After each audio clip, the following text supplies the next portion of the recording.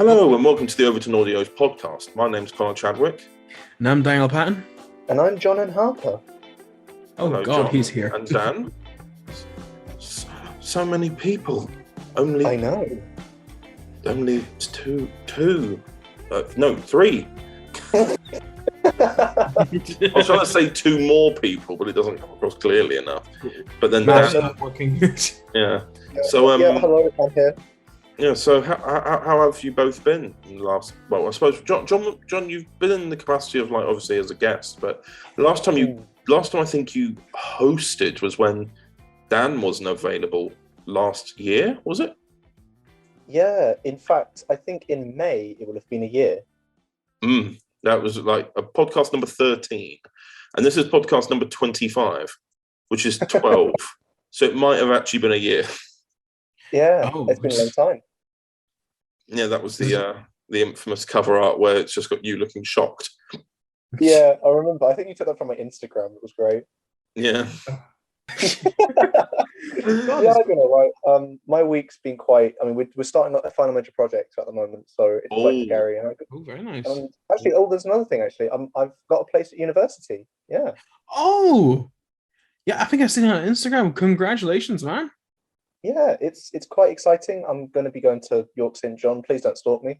And it's quite funny because there's a street called John Street near one of the accommodations that I want to go to.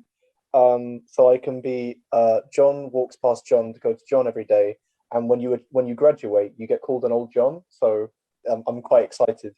There's also a street called Neville Street as well, which is quite cool. I feel like it's meant to be. It's all come together. That's what the N in John and Harper means. I just learned. I know it's my real surname. Harper is a placeholder. Yeah. Did you know that, Dan? Yes, I knew. I was just being daft for the sake of looking daft. But I realized. I thought this was something going to be epiphany that you've always thought it was Harper. I was like, I'll be honest. I always noticed. Because obviously, like all my friends know me as like Jonathan Neville, but everyone else here, like online especially, think John and Harper. I know that person, and then when they hear my real name, they have no idea who you're talking about. So, yeah. Every so often, I go jokingly, like I wave my hand, and I'm like Neville. whenever you really annoy me, I'm just like Neville. Neville. Yeah. And yourself, Dan? Have you had a good month? This month has been a bit of a mixed bag, really. Well, so remember last month, we didn't disclose this in the podcast, but besides my one hiccup with the Jack Reeves interview, we did not mention COVID. We made a rule not to mention COVID. Yeah, mention it now. Yeah. That after recording that podcast, I got COVID. Oh God, man. Yeah, you did.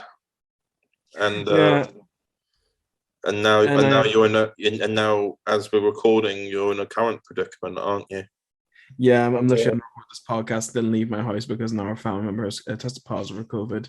Well, I had COVID, I think 2 weeks ago, and it wasn't horrific. But then I'm double vaccinated, so it's not as bad as it probably would have been. I still don't know if I've had it or not. The thing is, I could easily, if somebody told me that this last week gone, this is for those listening, it's Friday 25th of March. This week that we're finishing on now, I would not be surprised if I had COVID this week, because I just had like a cold sweat. I just felt hot, breathless, and everything like that. But any medicines I tried to take didn't help with it. But whenever I tested, I tested negative. So I'm like, but this is weird. I don't know where this has come from. But also, if somebody said it was false negatives, I wouldn't be surprised if I actually had it. I'll be honest, I think I got every cold that existed before I actually got COVID. Because I got ill so many times, and every single time negative. And I was like, this is horrible. But no, it just wasn't COVID. And then I got it like a couple of weeks ago. Yeah, it didn't help with me whenever I was being told, whenever someone was making the rounds telling people like they had COVID, so I had to test. Didn't help the fact that I had a bit of how everybody knows, but didn't help the fact that March is the start of my seasonal allergies. So I thought the seasonal allergies are coming up. Well, this is what's also weird as well, because I've cast a couple more people for some audio dramas, and they said, "Oh, okay, we're going to record it on X day and on the weekend that's coming up now." But everyone suddenly got colds, and I'm like, I'm sat here without a cold. I've not had anything seasonal yet, apart from that. Like, I mean, obviously, I've had some sort of illness at the beginning of the week, but not anything that I thought would have been horrific. Yeah. You know what I mean? I think the thing is, like, the only thing seasonal I ever get is the opposite of seasonal depression. I get in really good mood. Seasonal, like, is that seasonal happiness? Yeah, no, but basically, so what happens is that when the weather gets colder, like around autumn time, I think it's because it's around my birthday. It's like it's exciting, you know. And then I actually really enjoy the winter. And then when it gets warm again, that's when things sort of slow down for me. So it's very weird. But then it might be down to like when you're born in the year, but I don't know. It's a weird thing. Yeah. Well, I mean, that's the thing. Because your birthday's in October, mine's in April. I really enjoy it when the weather gets warmer, but you prefer the cold. It's probably because of those same sort of things. We're both on literally 6 months apart in terms of our birth months, so it's probably literally something connected to that. Yeah. So before we go on to reading the comments, John, you had a couple of well, not comments, just I suppose they are comments towards yourself about the Mastermind Volume 1 cover art that got released as part of a recent announcement. Yeah. So basically, I obviously don't have any facial hair, and the cover art has me with like a beard. And I got a couple messages from people. One from Spoon, who's part of the little Discord server we have, and they messaged me saying that facial hair though, ellipsis. And they said, "I love you, John," and I'm like, "Oh, that's nice." Then we also have someone called my mate Zach. Said haunted beard John because of my expression in the cover art. Because I look quite haunted. So I got one from him and my mate Dan, who hasn't messaged me this, but they said it. They said, but Daniel's right here. I'm sorry, but you're not the only Dan. You're cheating on me. Okay. What did Subpar Dan have to say about you in the beard? Okay, so Subpar Dan. So they had their comments were, "You look absolutely fabulous, John. Would smash." And those are his and those are his exact words. And that's all the message that I got about the cover art. And I'll be honest, I maybe I should grow out a beard. I'm quite excited. Maybe you will. It would help me with Photoshop, so I would greatly appreciate if you could grow the beard. I'm sorry, I can't control my face. Then who does? Wow, Dan, that's you told.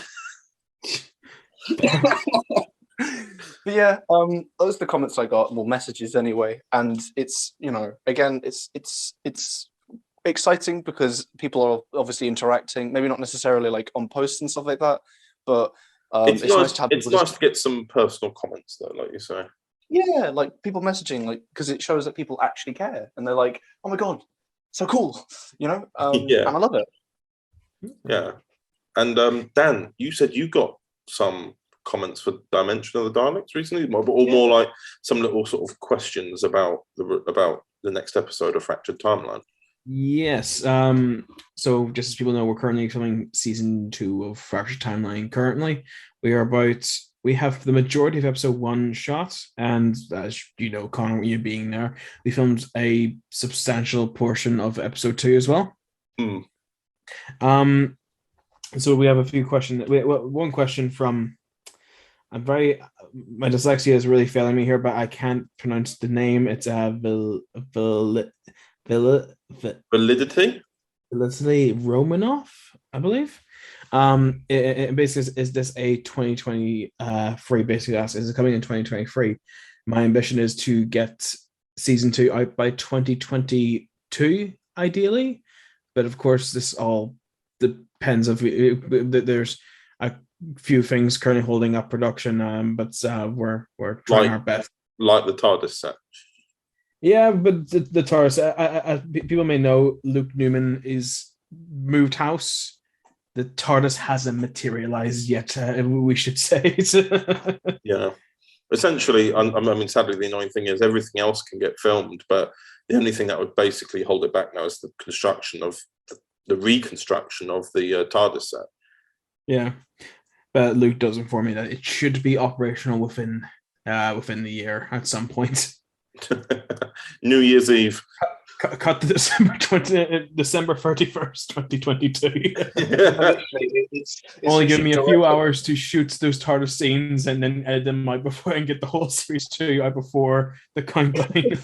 Literally, it's the whole process of you've got 4 hours before the end of 2022, and Luke messages you really late at night, like, I've just finished building the TARDIS, and immediately that's when you pack your bags and you just like run all the way to. I'm imagining one of those, in one of those Edgar Wright movies where they have the very quick, fast cuts for traveling. If my life was an Edgar Wright movie, I'd be so happy. Yeah, just I'm imagining you just kind of getting in your car, driving off, quick plane driving, getting there and filming, and action. Yeah. Yep, indeed. Another comment we have is towards the end. So if you haven't seen the trailer yet, there's a little portion at the end of the title card that reveals Callum Quigg in live action. Oh, that's and good. Ediz15 says, I can only guess who that is. And I'm like, so you watched all 4 volumes of, you've watched the last 3 volumes of Uncharted Past to know who he is. Yeah, that's kind of a nice thing when that appears. All the people who've stuck by the Irish Doctor and listened to the audios know exactly who that is. It was just like when the Candidate trailer came out. Yeah, exactly. It's a nice thing. This is like this wasn't intentional, but this is like the second episode in a row that I brought an Irish Doctor audio character into real live actions. Well, I mean, you've already basically said that fractured timeline's going to be a big thing anyway, so it shows off that things are coming to a head. Yeah. Isn't Aidan in it? Yeah, Aidan as Maggie's brother, Jordan. Yeah, and the autistic Whovian, which represents fellow autistic Whovians. The acting is on par with that of the real show, which is actually really, really nice to hear because we poured so much into this episode. And just Bits Velasca. I'm so sorry. Says nice, can't wait to see this. So that's the comments for Dimension of the Daleks. Oh, very nice. Now I've got episodes 5 and 6 of Cataclysm that are currently uploaded because when we're recording this, episode 7 comes out tomorrow. But these are 2 comments, or 1 comment per audio from none other than Mr. Jeevan John himself, him and his lovely wholesome comments. So here's episode 5, which was called Retrospection. Jeevan John has said, the first episode of Time Travel Cataclysm 2 was amazing. All of the cast was superb, and the writing by Connor Chadwick and Dave Edwards was also superb. Aidan O'Connor as Mark Goddard was brilliant, and I really loved the chemistry between him and George Regan. Rosalind Wellen as Rachel Sparrow was sensational. It was interesting to hear her side of the story of how she met George and how she is still very upset about that some people are still against her and that her regime and the government are planned up. Overall, it was an amazing opener, and I cannot wait to hear the rest of the volume. And I'm sorry, Jeevan, but we're not going to attempt to say the numbers anymore because we can't. We've lost track of how to say it. You've broken us. Yes, you've given it full marks, is what we'll say. Episode 6, Homecoming. You need to read it out. It was something like 70 billion. So 700 billion. No, you need to count the zeros. It's important. No. So, episode 6 comment, also from Jeevan. He has said, this episode of Time Traveler Cataclysm was phenomenal. The return of Noah Crimson was certainly something that I was really happy about. And the fact that Jesse Clark followed him made it all the more interesting. Kat Furness as Lee Johnson was amazing, and her interactions with some of the characters, especially John N. Harper as Andrew Pierce, was truly fascinating. Now, John N. Harper as Andrew Pierce was fantastic, and it was really interesting hearing about how he knew of Noah from a very long time ago. Kate Lassman as Harriet Jackson was phenomenal. Her interactions with Noah were truly amazing, and it was a great hearing how she felt about him and how she truly cares about him. Alan Rafferty as Robert Black was amazing, and it was interesting how his character is mellowed and is able to resist the use of violence. Daniel J. Patton as Jason Newman was also amazing, and it was great to hear his character take on a bit of a charge to prevent any tension between the characters. And it was especially interesting to hear his very tense interaction with Jessie Clark after she had come through that portal. And of course, the return of Emily Meir as Jessie Clark herself was sensational. I loved her character development in this episode and how she's so angry with Noah for what he is responsible for and for what happened to Leo. But last but not least, Peter Adams as Noah Crimson was bloody fantastic, and the return of his character was done superbly. Pete's performance was sensational. I cannot wait to hear more of Noah as the series goes on. Overall, this episode was spectacular, and I cannot wait for more to come. So that's the comment section. Lovely, lovely comments section. Yeah, honestly. Yeah, indeed. I that's the kind of review I'd expect to see on Letterboxd. It's amazing. Maybe we need to start putting them on Letterboxd then. All the audio is on. That'll be fun. Yeah. But always good to hear from Jeevan, especially because he's always so enthusiastic about the stuff that comes out. It's always nice to hear from him. It's really nice. He's one of the. I would say he's one of the biggest supporters of the work that's done at Overton Audios, and I think that's really, really kind. Yeah, really is. But speaking of which, I've just mentioned that my birthday is in April. Oh, do you know what? Yeah. Do you know what else is happening in April? The return of the Cravat Doctor. Yes. Dun, dun, dun, dun. So, just to brace everyone, Return of the King. Oh God! So Connor, you know what kind of king I call you. Oh no! So just to brace everyone listening, this segment that we're about to go into with the Cravat Doctor and Rani is going to form the majority of this podcast. The next 2 hours. So enjoy. Farewell. Bye.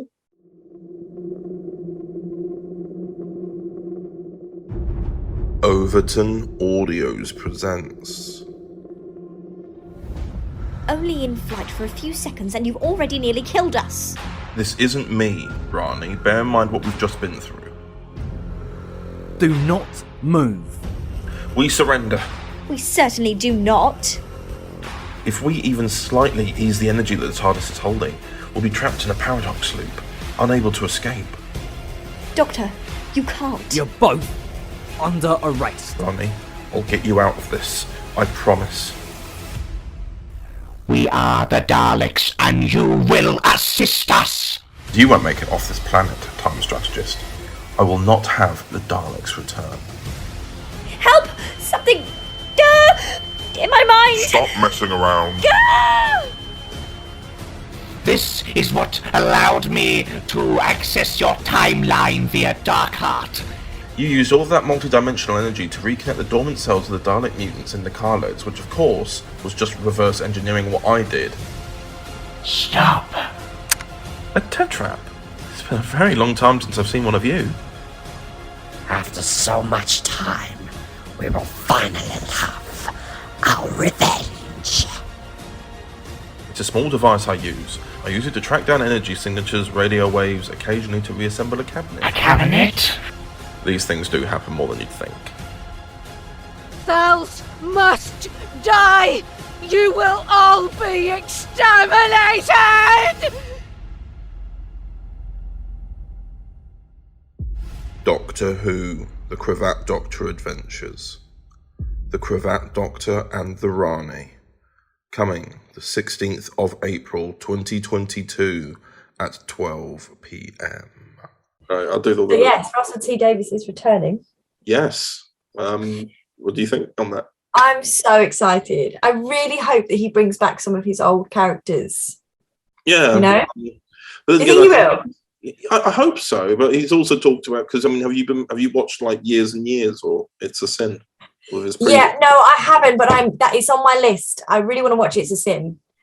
Yeah, his writing style has changed a lot, and he's doing something very different as well.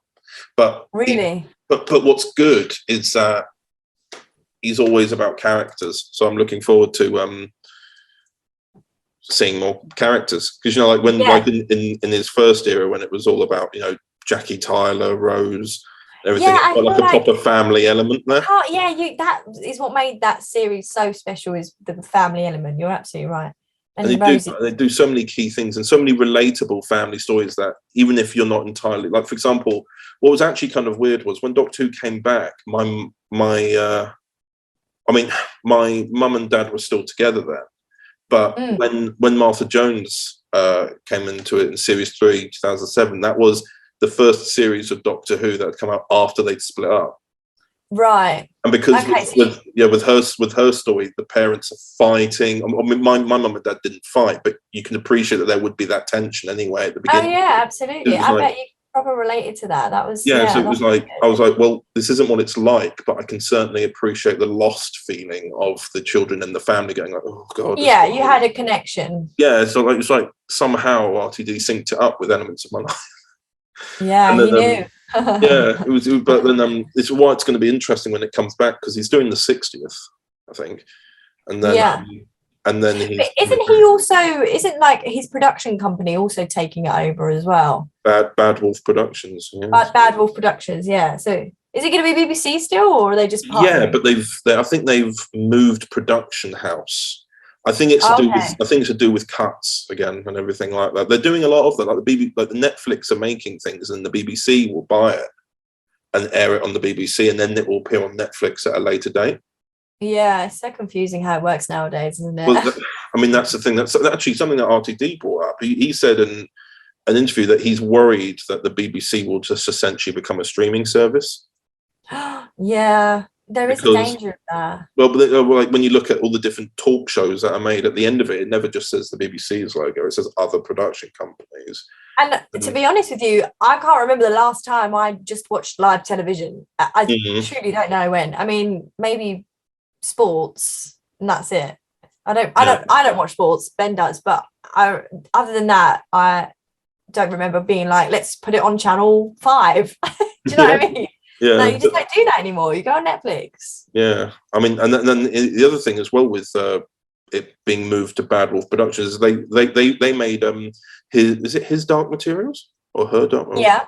Yeah, they've made that as well. They made that, but then recently Sony have invested in Bad Wolf Productions, so I'm like, okay, so Doctor Who's now got an investment from Sony. Like and then there's all these little rumors that there's going to be a couple of cameos from A-list celebrities as a result, because Sony now own a part of Bad Wolf Productions. That means they own a part of the Doctor Who production in that sort of sense. So like everyone was joking about Tom Holland making an appearance or something like that. He's the next Doctor. What did you think of the new Spider-Man? Yeah, like everyone's just making jokes because obviously Sony and Spider-Man and the Disney deals and everything like that. But have you seen the latest Spider-Man? I have now, yeah. What did you think? I made a point of going to the Everyman in town. Oh my god, that's where I went to see it. What date did you go? It was like the week it came out. I went on the 15th, I think, the day it came out, but not at the midnight showing. Oh my god! Were we in the same screening and we didn't know? No, I don't think so. I think I was the day after. Actually, I just thought I wasn't prepared for the day after that. I tested positive for COVID. Do you remember that? Yeah, and I'm pretty sure I caught it at the cinema. See, that's the thing. I felt like, because I went there and I was wearing a mask the whole time, but I wasn't prepared for the Everyman experience. I've only been to Everyman once before, and I didn't realise they offered you a 3-course meal. Yeah, isn't it the best? I loved it, and they had the most amazing vegetarian burger. Well, that's the thing. I was there, and I went up and just sat down, and people kept coming over to me. Do you want a drink? I'm like, oh no, I'm all right, thanks. I'm just thinking, I'm waiting for the screen to be called. That's it. I didn't think anything. And then it was that slow realization as you're looking around, and everyone's eating nachos, and I'm like, what? I know. Okay. I'll never go to a normal cinema again, although it is quite pricey. But yeah. But then it was another case of I was just looking at it going, oh, okay. And then as I sat down to was watching the adverts, people just walking in holding plates, and I'm like, what's going on? This is what's going on? I realize everyone's eating. It's like a full-blown restaurant. Yeah. Yeah. But then, The sofas are so comfortable, aren't they? Oh yeah. Like let's think. So I went and saw it around. I think it was like the 8:30 showing. So I got around 11ish. But it was I was able to avoid spoilers throughout the day. Literally avoided social media. And then in the last hour, you know, when you accidentally tap the wrong app on your phone. Oh no! Spoilers were all over YouTube, and no one was taking it down. Like, there was one clip that had been up for 9 hours, and I'm like, why is it still up? So I got spoiled. I got spoiled a bit. The film. I didn't know right up until the moment, you know, the thing happens. I think we can say it because Sony have actually advertised it. Surely we can say it. Yeah, like yeah. And now when I don't know, you say it. I don't want to say it. Are you talking about when other Peters showed up? Yeah. Yeah. I mean, ever since it's come out now they've got it on DVD, and literally all the behind the scenes shows them all together. It's like they're not. Oh yeah, I hope they do more of it in the future. Like it was. I mean, good. there's a new campaign to make Amazing Spider-Man 3 with Andrew. Yeah, they developed a lot there for him. Yeah. Yeah, because all the other Peters got their ending. Well, Tom Holland's not quite there yet, but he will eventually get an ending. Whereas, you know, Spider-Man 3, Andrew Garfield never got his ending, you know, and his happy ending.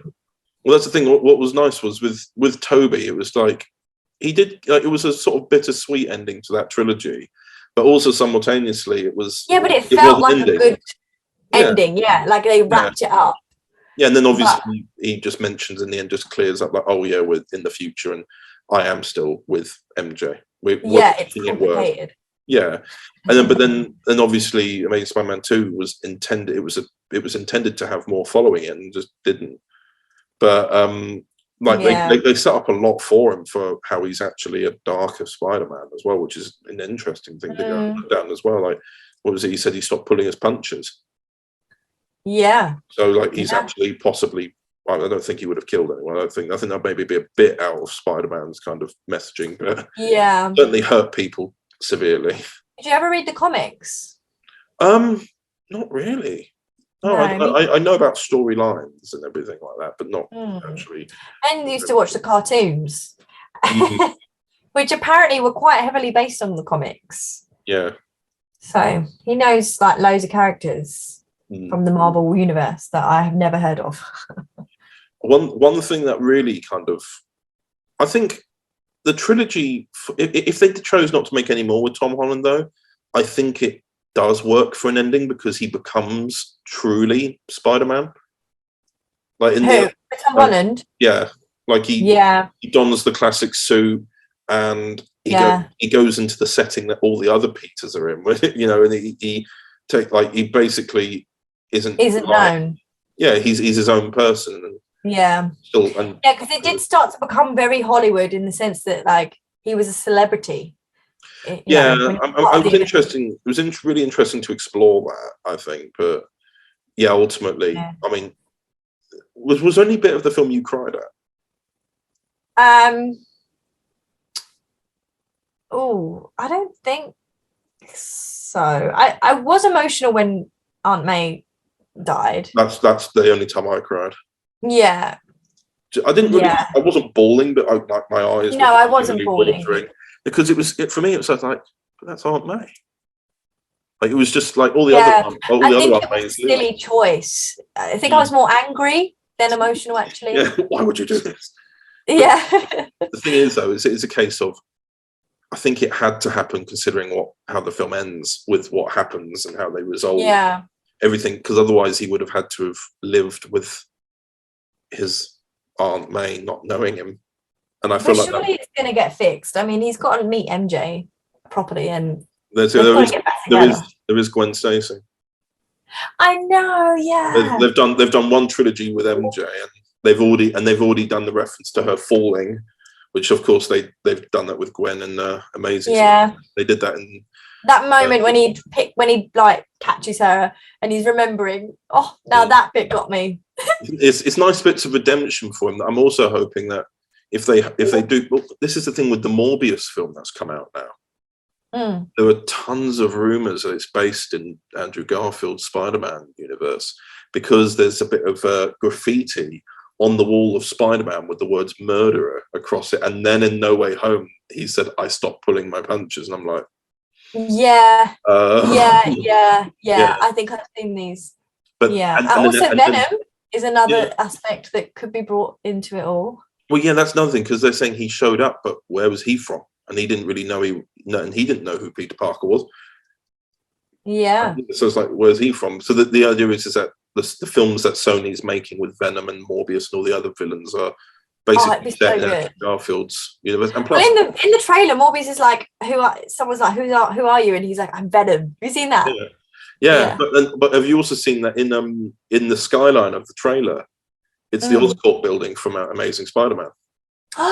Wow. But then there's also the Daily Bugle, which is the same newspaper from the Tobey Maguire Spider-Man. So it's a load of Daily Bugle in the other one as well, though. I swear. Yeah. They're in all of them, but the design of the Daily Bugle is the one from.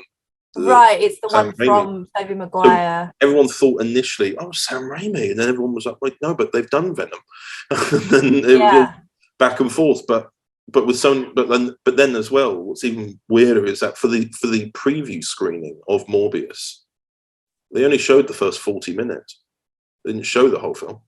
They're leaving it until it comes out. They're not revealing anything, which is making me go, okay, what is it like? What's in this film? Like, because having No Way Home come out and show off what's going on in other Spider-Man's lives,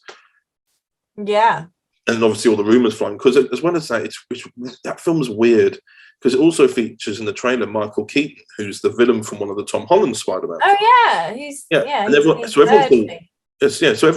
Vulture. But then everyone thinks everyone thinks, oh, it's MCU. But then you see he's been called a murderer, and you're like, Tom Holland. But then you hear in No Way Home, Andrew Garfield's not pulling his punches. But then the Daily Bugle logo is the same one from Tobey Maguire Spider-Man, and you're like, where are we? I guess we're going to have to find out, Connor. And because it's being held back in the film, and no one's seen the full film yet, I'm like, they're going to say in this, aren't they? Like, this film's going to define. It's going to define where we are, because there's a theory that they are going to continue it, and I think they should, to be honest. Yeah. And anyway, hello everyone, welcome to the podcast. Yeah, hello. Got a bit of a tangent there. Yeah, we was in mid-conversation, but we might as well press record to talk about what to do, and then went into Tom Holland and Spider-Man. Yeah. How are you, Kate? I'm great. I'm feeling good. How are you? I'm all good. I'm all well. Cravat Doctor and the Rani volume that we recorded nearly a year ago. Yeah. I think. Yeah, I know. I'm really excited. I think this is the best in terms of the relationship with the Doctor and the Rani. I think this is my favourite. Yeah, it's back and forth banter constantly. Call it like, what do they call it? Like the chaotic duo or something like that. Yeah. Yeah. I was talking. I was talking to someone about the Rani recently, because she's not a villain. She's just obsessed with her science. That's all she wants to do is her experiments and getting things right. Like that is her whole role. Is like she puts science above everything else. But what I like is that she does things for what she considers to be the greater good. It may not be the great. Yeah, but it may not. Yeah, it's a bit like Thanos. Yeah. He's doing good, but really. Yeah, it's like, like that story we did 3 years ago now, where they ended up at the furthest point in the universe, and then I just got a BBC News response. Didn't know if you heard that go off. I did hear a buzz, yeah. Yeah. Just some updates on what's going on in the world. Oh God. Oh dear. What's happened now? Just Biden saying something about Putin, Oh yeah, that classic. Just what you might call name calling. Oh my. That's a whole other podcast. Yeah, we'll get this uploaded. We'll get this schedule uploaded, so either way it will come out no matter what happens. Yeah. But yeah, like it was. Yeah, but in this episode, they got to the end of the universe where the last light source was a white dwarf, but the Rani's like, I'm going to take that. And Yeah. but in doing so, she destroy the universe. But her feeling is, it's already gone. I read she was only in 2 episodes of Doctor Who, wasn't she? And then they did that Children Need Special, and she was in that. Yeah, that's the thing. She's not really got a lot. She's not in lots. Like, it's weird to think that. No, she's in a 6th Doctor story, which is Mark of the Rani, and that's when she's working with the. That's when is she working with the Master in the story? I think she is, and then Time and the Rani is the 7th Doctor, when it's just her and she's wearing a wig to pretend she's the companion. That's well, I mean, I know that they wanted her to be more of a foe to the Doctor, like a bit more like the Master, like a running villain that kept popping up. But I think the series ended, didn't it? And then they had that big break and didn't come back until. But then obviously when they did the EastEnders Doctor Who crossover with her stealing people from the Queen Vic. What you mean for the Children Need Special? Yeah, which apparently I've heard, but there's been lots of dispute. But apparently it's canon. Cat. Canon. Oh, okay. I said cat. Apparently, the Rani's a cat. No, but, like Cat Slater or something. No, but she's a lot more weird, like weirdly villainous, like evil laughs and everything. Like she's not actually doing anything with purpose. Because most of the stuff, the research I did for the Rani was just, I literally just went on a Wikipedia page and just read it and went, I found out that the Rani's a vegetarian. I found out that she's a scientist. She just hates humans generally, no discrimination. She just thinks they're all degenerates. I was like, okay, fair enough. Yeah, but she's just a bit deluded, and that's okay. You know. But ultimately, she serves the advancement of science. I'm like, okay, that's something to get behind. You know, that's something. And then but I like that she has an evil streak. Like, I know that she's not wholly good or wholly bad, but I like that she's had an arc, especially in this one particular timeline, because she started out as this villain, but now I love it when villains have a redemption arc. I just love that. And now, especially that she's working with the Doctor, it just makes it so exciting, like how far she's come. Because we had I keep forgetting how, like, time, I think time just flies now, because the first audio we recorded, actually, I'm going to look it up. Might suddenly see my face light up with light now. There we go. Then I look up when you first, when I got the lines from you for the Rani, that was on the 8th of February 2019. That's your first time recording for the Rani. Right, okay. 3 years. Gosh, is it really then? Oh my God. That's at least when I received the lines. And to be honest, you usually just record and send anyway, so I assume it was then. But yeah, that story was basically the Rani was trapped, wasn't she, on the ports of Munbell. And then, if you attempt to stop this project now, I will not be responsible for what follows. How dare you threaten me? You can do nothing. I am the mayor. Goodbye, Mr. Chapman. Mayor Chapman! Rachel! Rachel, don't you turn your back on me! Rachel! Rachel! What are you? You will not stand in the way of my plans, Chapman. No one ever will.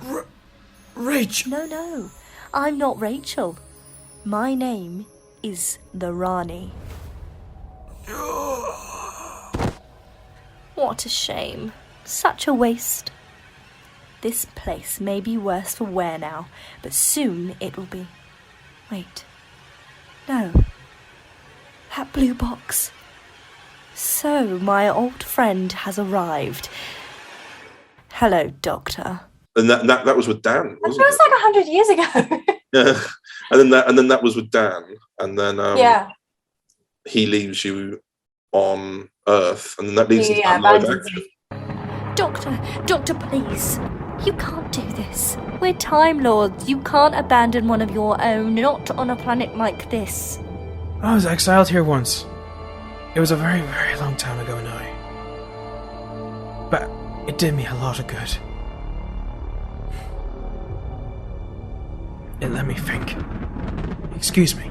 Professor, what's going on? Dr. Martins here is responsible for the killing of Mayor Chapman.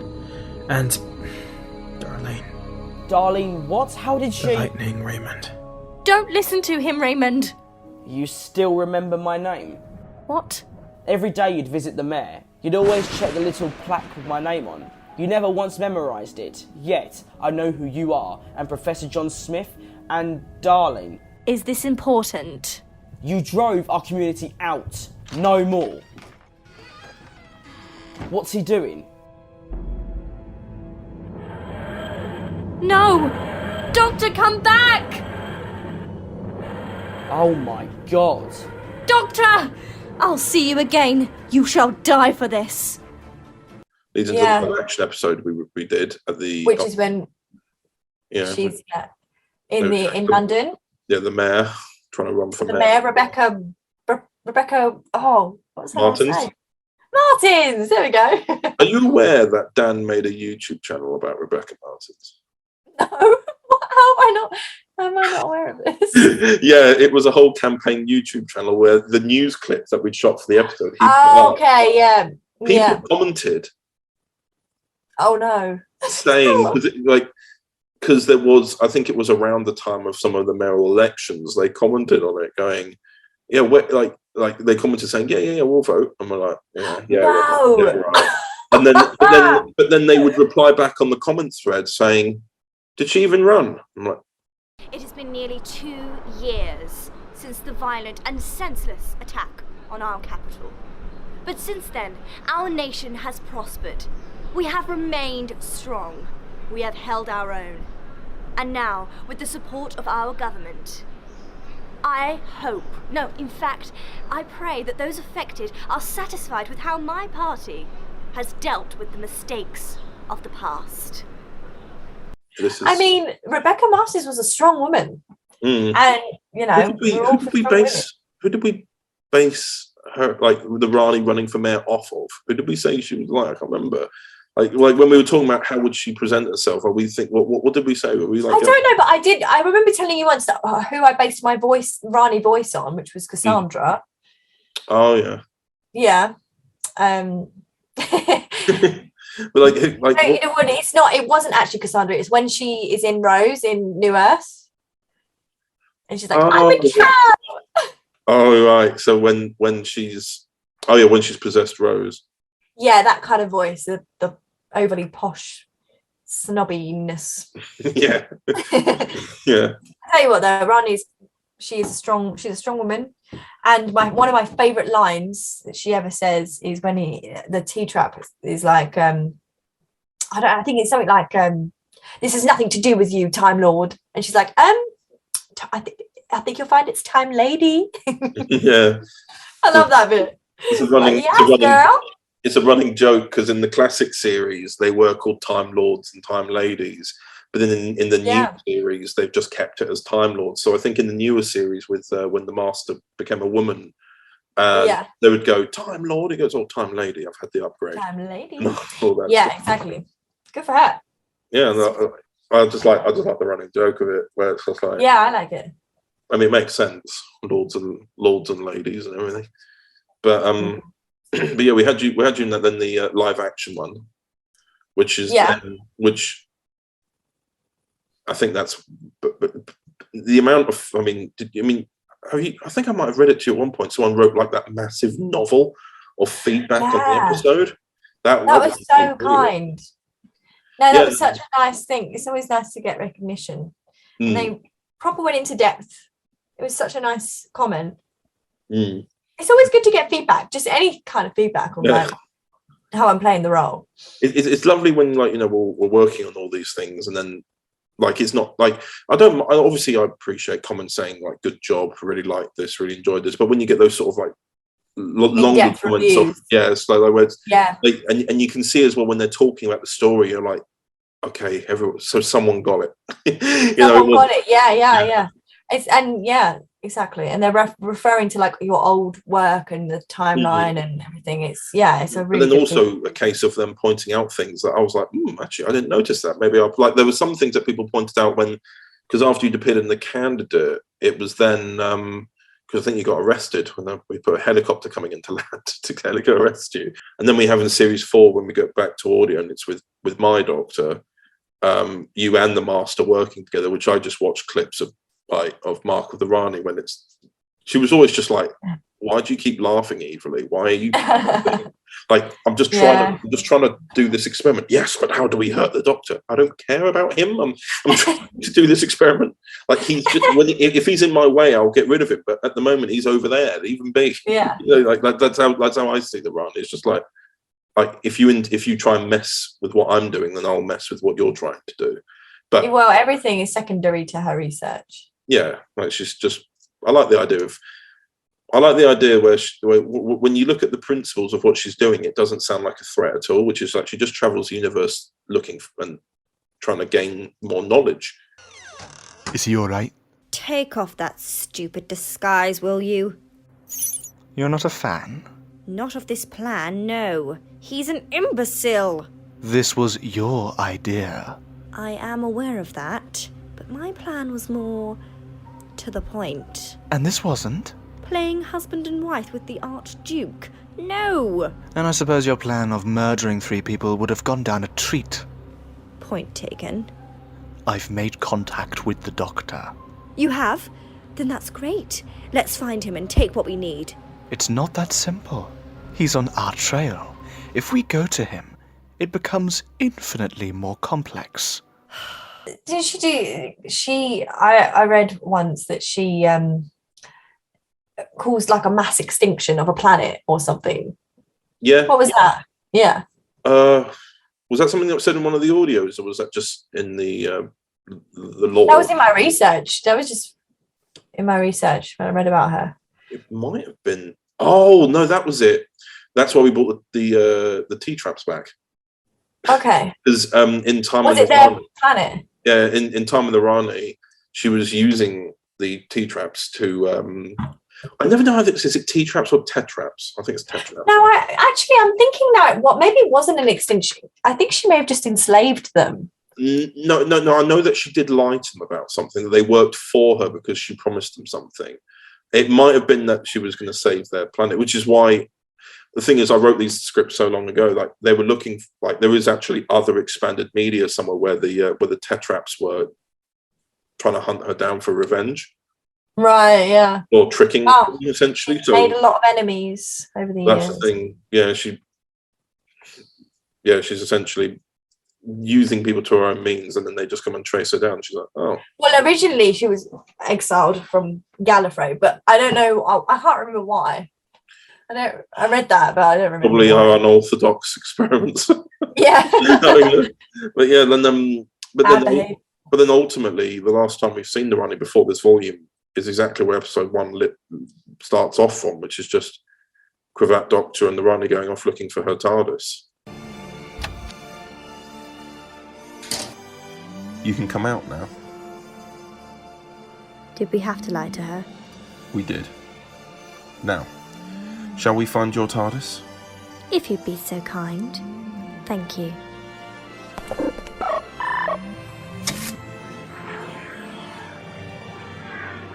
Yeah, such an adventure. There's so many twists and turns and obstacles that they face together. It's an interesting one to write as well, because it's not like the usual dynamic of the Doctor and human companion.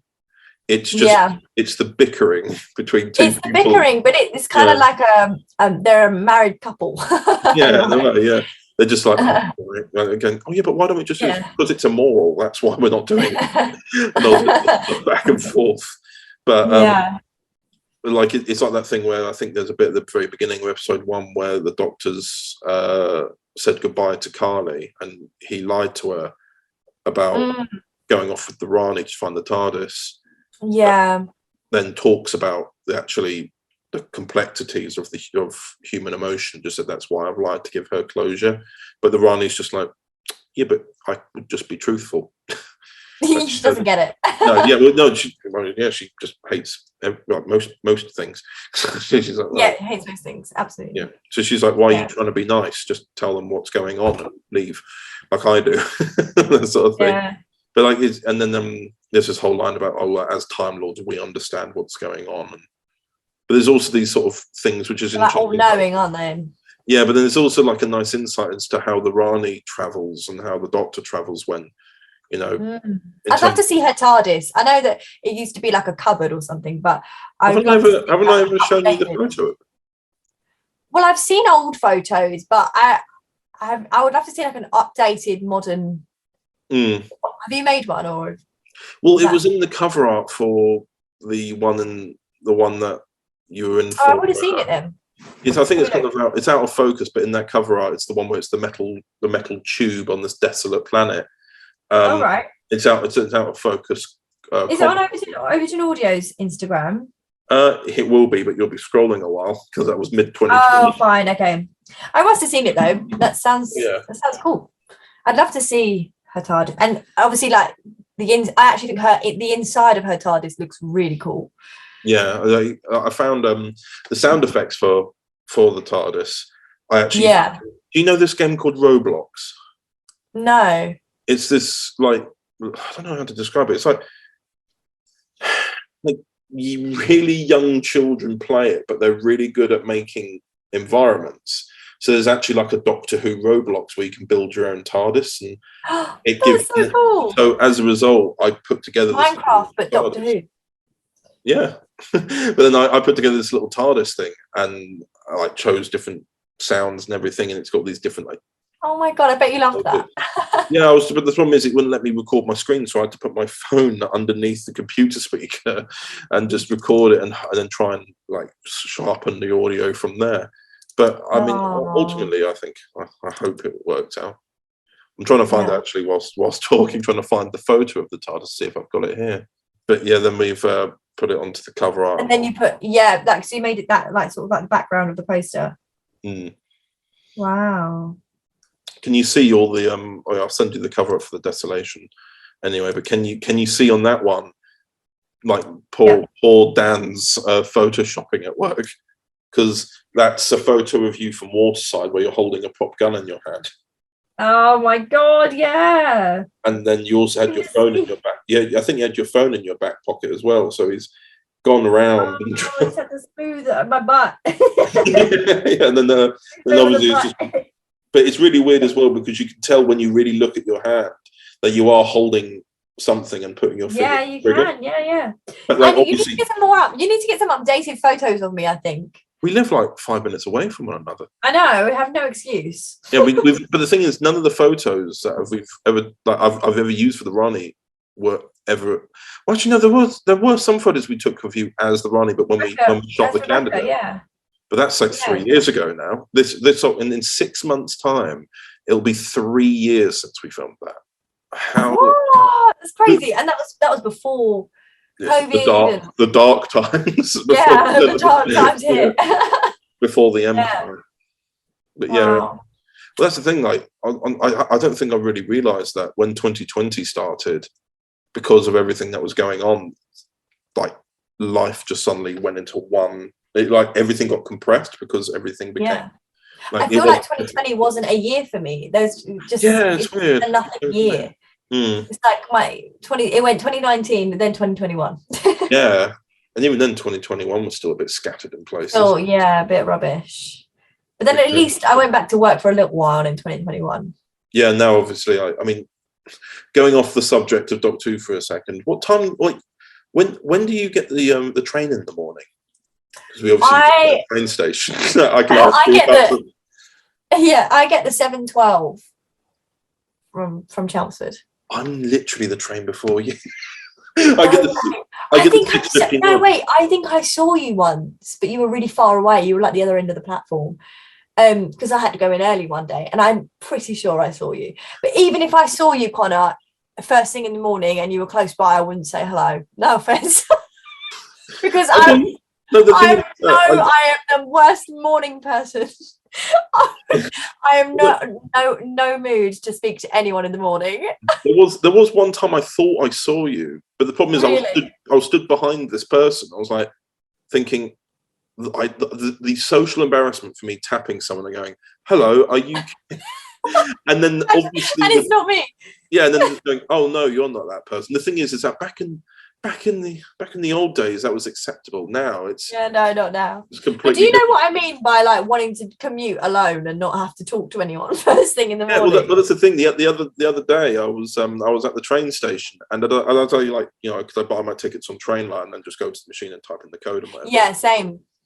Someone just grabbed my arm, and I was like, "Oh!" And it was someone from who I haven't seen in about 3 years, but I worked with on a construction site. And then I found out that he lives near me, and I'm like, it's like all of a sudden, but it was just he was just saying hello because I'm like I used to. It was a site I was at in Walthamstow, and I used to go there quite frequently. And I went there over the lockdown as well because despite the fact that everything shut down, they were like, "Well, we're nearly done, and we have very minimal people on site, so let's just get on with it." Yeah. So there was a time when I was just getting the train, and I was the only person on any tube train for about. Yeah. I will say that I do agree with you because about like someone's just wanting to commute alone, just because selfishly as this might sound, I really kind of enjoyed the quiet trains because now it's impossible now. Oh my God, aren't they? I find it really. See, I get travel sickness only in the mornings, but if I'm standing up and all the way to Stratford, because that's where I get off, I will feel sick. I'll be like, get me off this train. It's horrible and it's so claustrophobic. I just can't get over it. Like, I'm glad they've added a few more trains now. I think that's helped. They really messed things around though, because when they last year when they said, oh yeah, everyone can go back into work now, they did not adjust the timetable. It's still 5 coaches for trains and everything getting in. And what was it? One morning, last Tuesday, so not yesterday, the week before, going into London, I was stood up and packed. And I was going to Cardiff that day as well. Then when we came back from Liverpool Street to here, it was just a case of when I got packed in again, and then at Stratford, more people were like, move in, and we're like, we physically can't. There's a gap there. It was complete chaos, and I'm just like, I know. There's people. I've been there when there's other passengers like, move down, we can't get in, and you're literally stood there like, oh my God, we literally cannot move down anymore. And it's super awkward as well because I'm a big guy anyway, and there's just this. It's awkward because then there's this in that situation there was just a woman stood there looking really uncomfortable, and I'm like, I don't want to get any closer. I feel like I like people look at you like, why are you coming so close? Because because I'm not. You know what I mean? I'm obviously for me, I'm quite tall, and I'm also got very broad shoulders, so I'm just edging closer, and I'm like, and I'm looking as awkward as anything because I hate it when on the train back today. It was a bit quieter. I got to leave a little bit earlier, but a family came in and sat down, and for some odd reason, their kid decided to sit next to me, and I'm sat there like, oh God. No, see, that's literally not my cup of tea. But the problem is, when I stood up, it was awkward as well because he'd sat on some of my coat without me realizing. So when I stood up, he suddenly found himself standing up too, and he was like, oh, and I was like, sorry, gotta go. Oh God, commuting is the worst. It's the worst. But where do you get off? Do you go London Liverpool Street? Yeah, I go. Like today, I was in Kensington, so I got to Liverpool Street, Central Line to not Central Line. I got the Metro. So Central Line to Notting Hill Gate, changing at Wells Court, then walk 10 minutes. Okay, so do you change sites all the time? Oh, it's constant. Yeah, the only time I ever got off at Stratford was when was it? When I was going to Kilburn and I needed to get an overground train. Oh right, yeah. But that's only one site where I was, the whole functionality thing, checking water's working, lights working. It's an already built building. But most of the time it is going my journey to Cardiff is going to Liverpool Street, train to Paddington, then a 2-hour train from Paddington to Cardiff Central. Okay. You know what it did feel like though, getting off of Cardiff Central? Immediately the music played from. Do you remember that episode from series 1 of Doctor Who, Boomtown, when they go to Cardiff and it's Margaret Slitheen and everything like that? And you got and you have that scene of the train pulling in, then Mickey getting in, looking at the sign that says Cardiff Central. So I'm doing the 1 second every day thing again. So yeah, so when I got off at Cardiff Central, I just filmed the sign, and all of a sudden the soundtrack hit my head. So that was almost the same. Yeah, the soundtrack. I know the exact soundtrack that you're talking about. But what's also funny is that they make it look like every street at Cardiff, every street is I recognised from somewhere. I just thought, I'm such a nerd. Oh my gosh! But I feel like I'm the same. Like obviously, I went through the Queen's Arcade where the Autons attacked. Went to the on the same street as this building that we're working on was the new theatre, which was used in Sarah Jane Adventures. I never watched Sarah Jane Adventures as much. No, but there was one with a guy who's I consider to be quite memey. He got possessed by these things called the Ancient Lights, which were like beings that defied physics because they're from another universe. But he was always like, yes, the Ancient Lights. And it was all about zodiac signs. But he went to the theatre and took over everyone. and then the other one was Torchwood. Did you watch more of Torchwood? Yeah, I watched Torchwood. You know the one where the circus act in the film?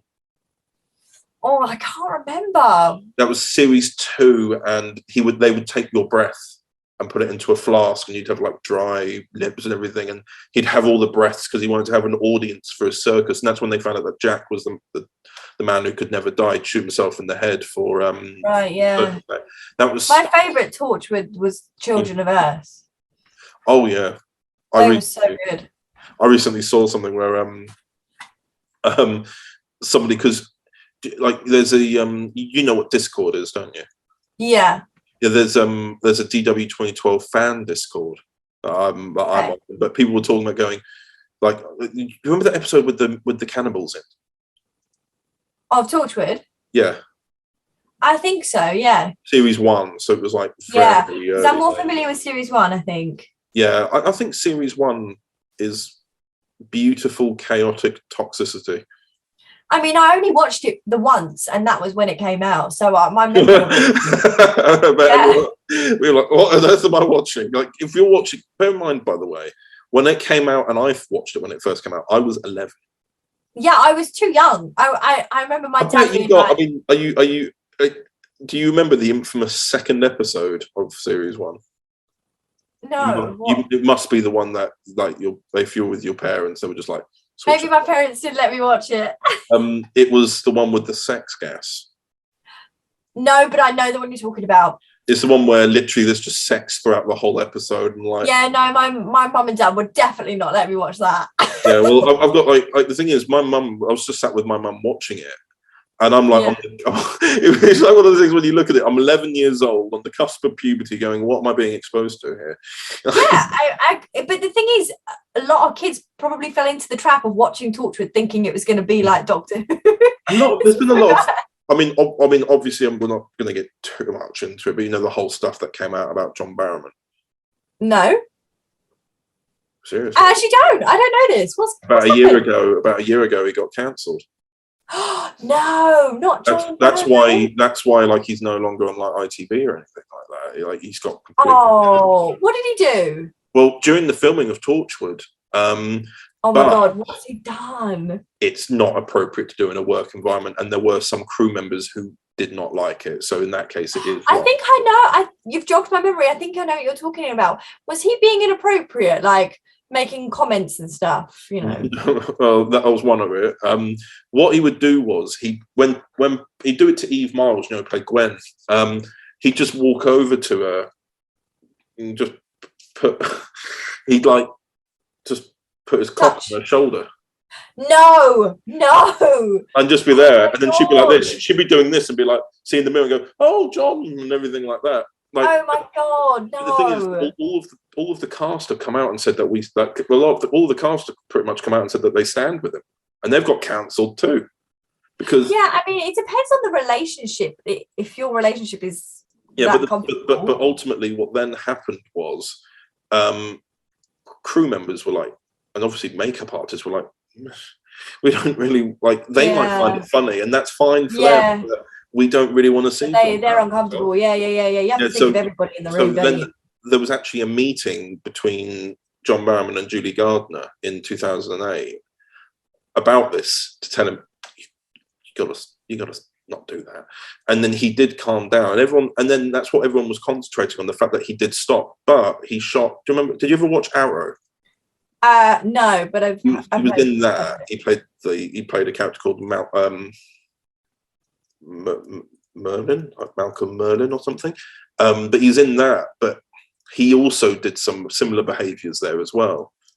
And it was like people saying, but then the actors would find it funny. But again, not the crew, and it wasn't quite, obviously when you're talking about health and safety and like safety in the workplace for people, it doesn't quite comply. That's why it's always been a grey area for people, because a lot of people still stand with him, which is probably why it's not been exposed as much. But he's firmly saying he's done nothing wrong. But then as a result, instead of he's saying, I can imagine him having that kind of humour and being quite naughty. it came out because of the whole Noel Clarke thing. Oh my God, that was bad. Yeah, I know about that. Yeah. But then they looked at clips of Noel Clarke, and Noel Clarke was talking about when they were filming, Stolen Earth, where they all on Journey's End with Davros, and they all came back, and Noel was talking about how John did that joke to Camille Kadori, who plays Jackie Tyler. Right. But they were all saying about how all the actors knew that, that's just John. That's how he is. That's just John. And the problem is everyone's just like, but it's not really appropriate behaviour. Yeah, it can be that's just John, but so as a result, but then everyone's calling him a creepy old man. But he's like, he's 50 now. But back then he was in his late 30s. And it's like, it's such a shame, because I really love him and I love his work. And but then, because the problem is he came back to Doctor Who as well, didn't he? He did. And then shortly after this came out, and he was meant to be in series 13, the latest series. And then they couldn't do it, I guess. Well, apparently, but there was like a script page that got deleted from the script, where he does run back into the TARDIS at the end of the episode, goes, "I need your help, let's go," and they leave or something. But that didn't happen, so I don't really know what happened there. But it's going to be a new Doctor soon, isn't it? Yeah, there's a lot of talk about who it's going to be. I personally hope it's. Do you know the actress Tania Miller? What's she done? Let me look her up. She's been in Doctor Who already before. She played. Oh my God! Yeah, of course I know her. Yeah. A lot of people were calling for her to be the Doctor for the last few years, because thing is, in most of the things she plays, she always plays a very strong authority character. Yeah. And then obviously with Jodie's Doctor being very much more playful, you want to be able to contrast that. So in the same way that with Peter Capaldi being like, he was jokey but also quite like dark and moody when he wanted to be, whereas with Jodie, she's a bit more socially awkward, has less dark moments. That's the thing. That's why Matt Smith will always be my favourite Doctor, because I think he had the perfect balance of being jolly and fun and quirky, and then he also had that real dark side to him. They described that people feared.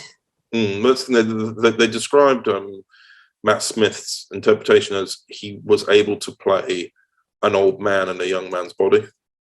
Exactly. He'd have the energy of a young man, but when he would get serious, you'd see the age and you'd see the history on his face. I absolutely adore Matt Smith. And he's great in The Crown. I still watch The Crown. The Crown? Oh my God, Connor, you would love it. I think I've seen clips from series 4 and I'm just like, wow, the casting's great. Yeah, it looks great. I'm so excited. I know that all I know is that the royal family just keep denouncing it every time. Every series is like this. Well, I mean, I think it's obvious that they dramatize things, but it is based on facts. Like they obviously have to embellish it, but I think a lot of it is true. There was a lot of interviews that came out after The Crown, were interviews with Princess Diana about how things, like where she'd do interviews where you wouldn't think anything of it, but then when you look into the subtext, where she talks about the role of being a wife and her role. Oh, in I the love family. watching. Yeah, because have you ever? There's a documentary on Netflix called Diana in Her Own Words. I think it's on my watch list somewhere. You watched it? And it's on my watch list somewhere. I need to. Right. It's a long list. It's so good. She did an interview with a guy who was writing a book about her, and it was recorded. And it's literally the whole documentary is the recording of her speaking in the interview. And I might have seen that on Facebook. I don't know, because a lot of stuff you share on Instagram, I end up watching, going yes, yes, good. Yeah. Because you changed your Instagram name again. I was like, wait. I know. I keep changing it. I'm not, because I keep deciding whether or not I want to have an X on the end or not. or a 1. Well, it used to be 3-1 because that's my birthday. But then I thought I just want it to be simple, so I'd rather it just be Kate Lassie. But there's already a Kate Lassie. So I had to put something on the end to make it unique. So I tried an X. Then I thought, why don't I just put another Y on the end? That'll make it nice and simple. We'll have to change it. Yeah, you're going to have to change it after the wedding. I know. I did think this. Yeah. The media thing, I was thinking, I wonder if is Kate going to keep like a stage name now? Because on IMDb, there was no other Kate Lassman. You're the only Kate Lassman. I know. And on Equity, when I joined Equity and Spotlight and all that, there was no other Kate Lassman. But I think Kate Johnson sounds better. Well, yeah, or like you could always put like the initial in the middle to really stand out. Yeah. That's something a couple of my friends have done. Like the guy who plays the Master. His name's actually Jonathan Neville, but there's so many Jonathan Nevilles and he doesn't really like the surname. He went with John Harper, and then I look and go, there's 250 John Harpers available. Oh, I bet there is. Yeah. But then he just put the N for Neville in the middle, so it's John N. Harper. And he's now the only. Same thing with PMG. Yeah, I know. I was just going to say Peter Michael George, right? Yeah, but like he doesn't what he wants. That's such a nice name. Hi, Pete. Yeah, I was just on the phone with him, and I said, I have to go. I'm recording the podcast soon. How is he? Yeah, he's good. He's good with just all good because he's you know this, don't know that he works with me. I think you did tell me. Yeah. I'm meeting him on Monday at Coventry. He's then coming down and staying at mine. Right. And then on Tuesday we're off to Cardiff again. And then the Wednesday it's off to Kensington, and he's driving back up to go on his brother's stag do in Liverpool. Wow. That's a mad week. He met Adele the other day. Oh, cute. I miss them both. Yeah, and she had an audition nearby, and it turns out she was only 20 minutes away, so they went and said hi and everything. And they were literally we were a great trio. Obviously including you, but as on screen, I mean, on Waterside, it's like a weird kind of, it's like Connor's Angels. Yeah, it literally was, but it's such an unexpected trio. You know, the character of Jeremy and the girls, it didn't quite, you wouldn't put them together, but it worked. Yeah, like we'd be like, so Angels, have you learnt your lines? Yeah.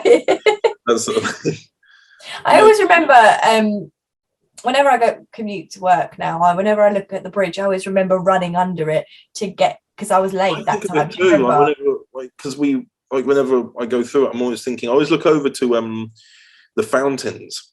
And remember when we were along it, and we sat on that bench there, and Nick passed out, and then took selfies with him whilst he was. When I say passed out, obviously I mean he just fell asleep.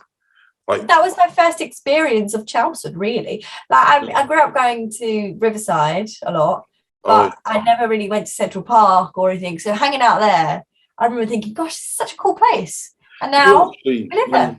Yeah, when Dan and Anya came down to do some filming, we ended up actually filming on your side of the park for a little bit, like, you know, where that small little bridge was.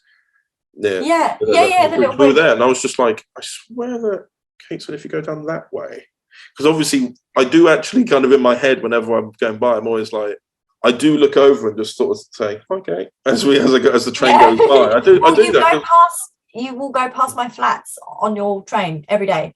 They're like these cream-coloured flats, and you'll go past it. Ever since you pointed that out, every time I'm coming into Chelmsford, I only identify if I'm near Chelmsford by just looking, going, oh yeah, that's Kate, and then that's Kate. We're on the other side of the estate, so we don't hear the train. But it is weird because I wish the train would just stop there and then I could hop out and then I don't have to walk from the station. And then obviously you've been to mine, so you can see that mine coming in. And I'm like, oh, and it's just ever so slightly just passed for me, but it's still a case of just like it's right there. It's right there. It's so sad. And you said as well, like when we like you get picked up on this on my street, basically. Yeah. I do look out every now and again when I'm a bit late. I'm like, I wonder if Ben's in one of these cars. They're like, can you? Or like, he picks me up outside your flat every day. Yeah, it'll be like a case of like one day. I wonder if, and one day I'll be walking down that path and go, "Wait, is that Kate?" or something like that. But it's weird because, like, despite the fact that it's weird how I hate the way the world works. Like, we're only 5 minutes away from them, really, and yet we've completely missed each other. We haven't really met up since the summer when PMG was down. I know. I'm so bad at that though with all my friends. I find it really hard to find time because I get so exhausted. I'm so tired. Like when I have my days off, I just want to do nothing. You know. Well, yeah, that's the problem now. It's just adulthood. Like yeah, adulthood. Like social life is hard to maintain. I just choose not to have one. Yeah, that's how I feel about it. Yeah, I know. Like it was like I didn't even know it's like I only get my updates about Chelmsford now through you. Because really? I'm like, oh, the Christmas lights switched on. Yeah. I mean, we made a proper effort because the year before was obviously lockdown. So we were like, this year we should really make an effort to go to all the events in Chelmsford. So we did, and it was really fun. Actually, I think you should check them out next year. Well, this year, the Christmas light switch on was really good. There's a little concert. Just realised it's the middle of March already. I know, isn't it horrible? How? But summer is nearly upon us. Obviously, spring first, but it's getting hotter and the days are getting longer. In about 3 weeks from today, I'll be 27. Oh my gosh, what are you going to do? Are you going to have a party? No. I suppose it's not a big birthday, but I do feel like when you hit 27, it feels very different to 26. Do you know what I mean? Well, that's the thing is that I just need to sort of work. I do need to work on something. Like having a social life is probably the number one thing. Meeting is probably the key. But but I think it's easy to compare yourself to other people and what they're doing in life. But the grass is always greener, always.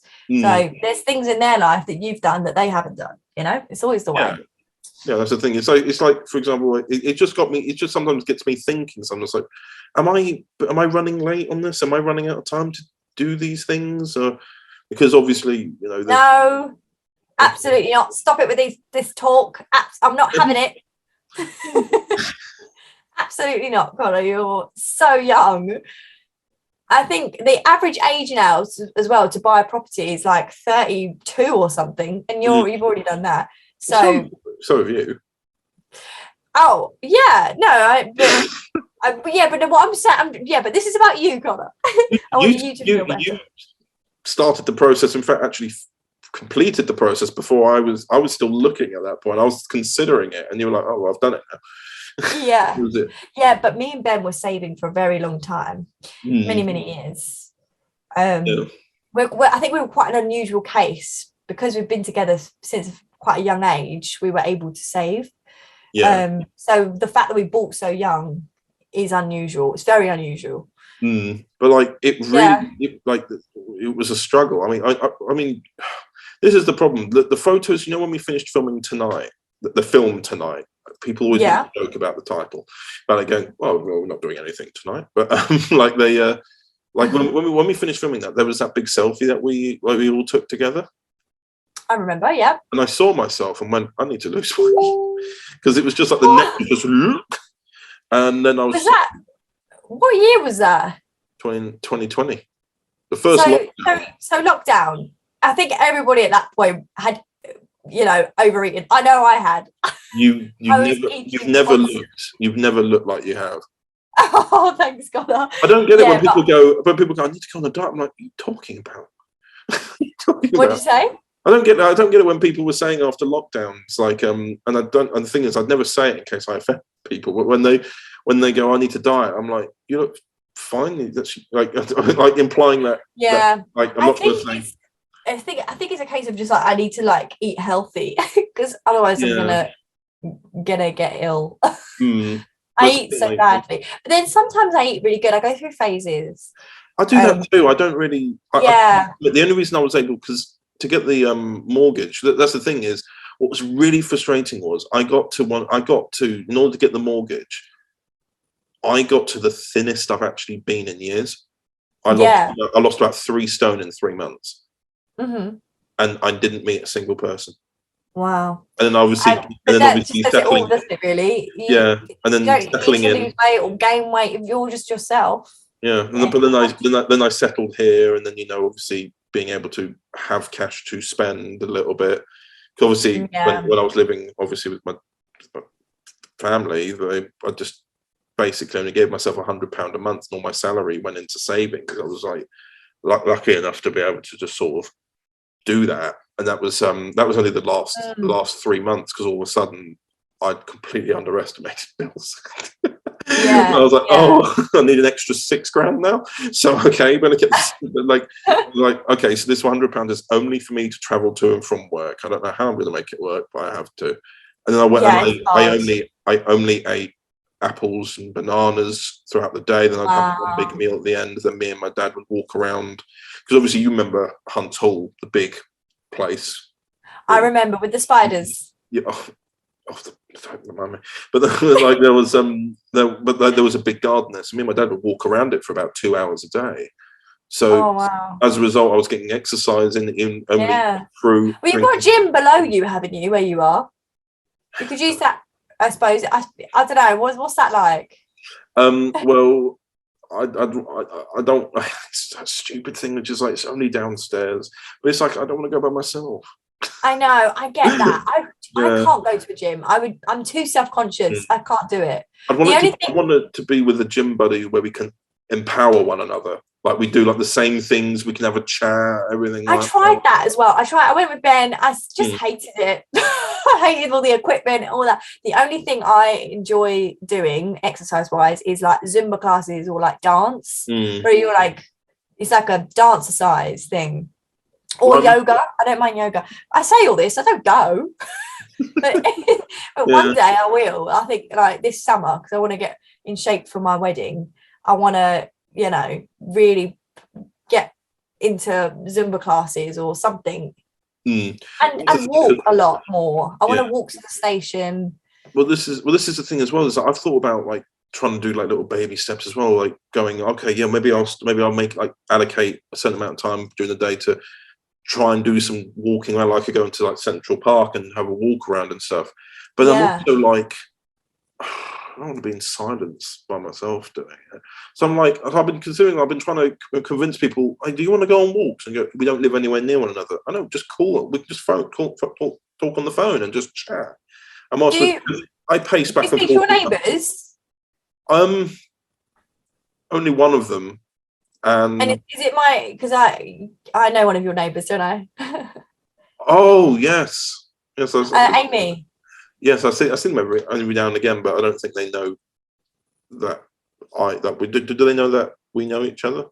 Yeah, because I think I bumped into her, and she said that she knows you. It's such a small world, because I grew up literally living next door to her all my life, and now she lives next door to you. It's just so weird.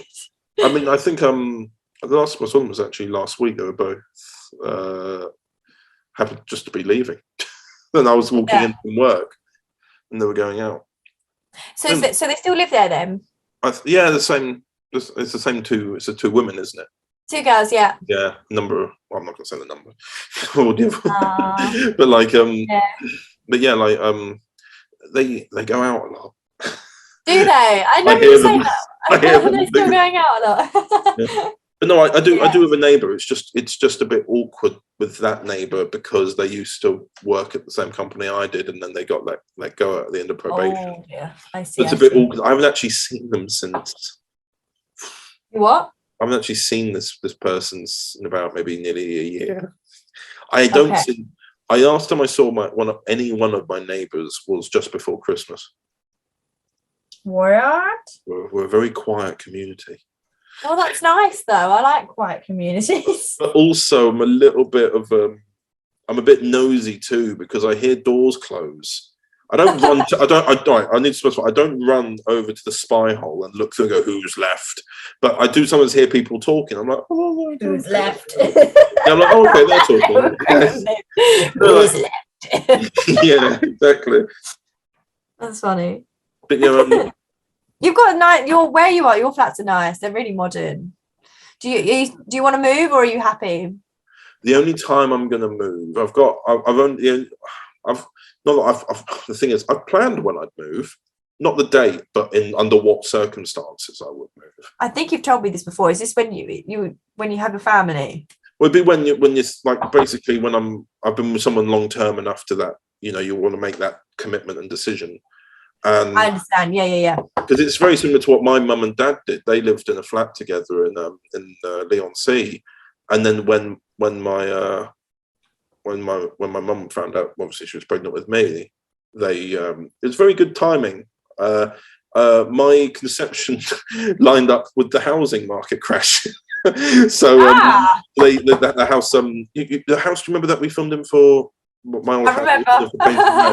That was like, in comparison, obviously, with the 90s and the economy then, that only came up to 90 grand for that house. Wow. And then when they sold it a couple of years ago, they got 350. If only that was how it was now. Now an Instagram influencer lives there. Really? I saw a couple of posts and I'm like, there's my room. No way! Your room is famous. They've redone everything. I think when we were filming, when we've done some filming for Waterside near Belfairs Woods, I've always said, let's go there via the my old road, and they've replaced almost everything about the house now. It all looks very modern. But is that weird? It's weird, but it's nice to see as well, because then I know it's kind of going to live on in its own little way. And I've got all my old short films from when I was a kid and everything like that. Like that's kind of like the nice thing. That's something I think about for when it comes to the future, which is like if I'm, I've got kids, they can see their dad when they're like, then he was like 10 or 12 playing to be Doctor Who and all that sort of stuff. Yeah. Look. Are you going to show your kids like Doctor Who, like as in the originals? Yeah, I'll be like, let's begin in 1963. Yeah, I'll probably get them started on like the newer stuff with Eccleston first. That's probably going to be more widely accepted. Yeah. Like, I mean, it's just I worry one day because you see all those posts online about parents getting their kids to watch Star Wars. I worry that one day the amount of technology and the way we're like evolving how we make films and everything, that I worry that one day there'll be a generation that just do not care about Star Wars. Because they'll look at it. Sorry, Connor, I just wasn't expecting you to say that. Oh, well, the way it's made was so revolutionary for its time, and the story is. Yeah. I know what you mean. But people think they're visual effects artists nowadays. I thought you were going to be like, I'm worried one day that the world is going to be at war and, we're going to have famine. But instead it was, I worry people aren't going to care about Star Wars. We were talking about Star Wars. No, I thought we were talking about like what we're going to show our kids. Star Wars, obviously. But it's a classic, and then I just worry that one day it's going to be, oh yeah, it's one of Dad's old films.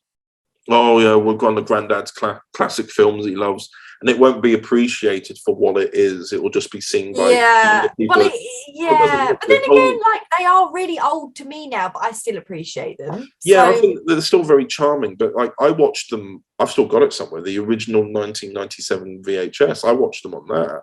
So I got to see them. I got to see them in the most classic form, I suppose you can see, because the 1997 one was the first time they actually tried to redo the films. Right, yeah. Because they've redone them. I'm not really a big Star Wars fan. I've seen them. So you don't know about the McClunky. What? The McClunky controversy. No, I don't. You're missing out in this fandom with McClunky. Clearly. You've obviously seen Star Wars. I've seen Star Wars, yeah. You know, in the And very first, I know the new ones quite well.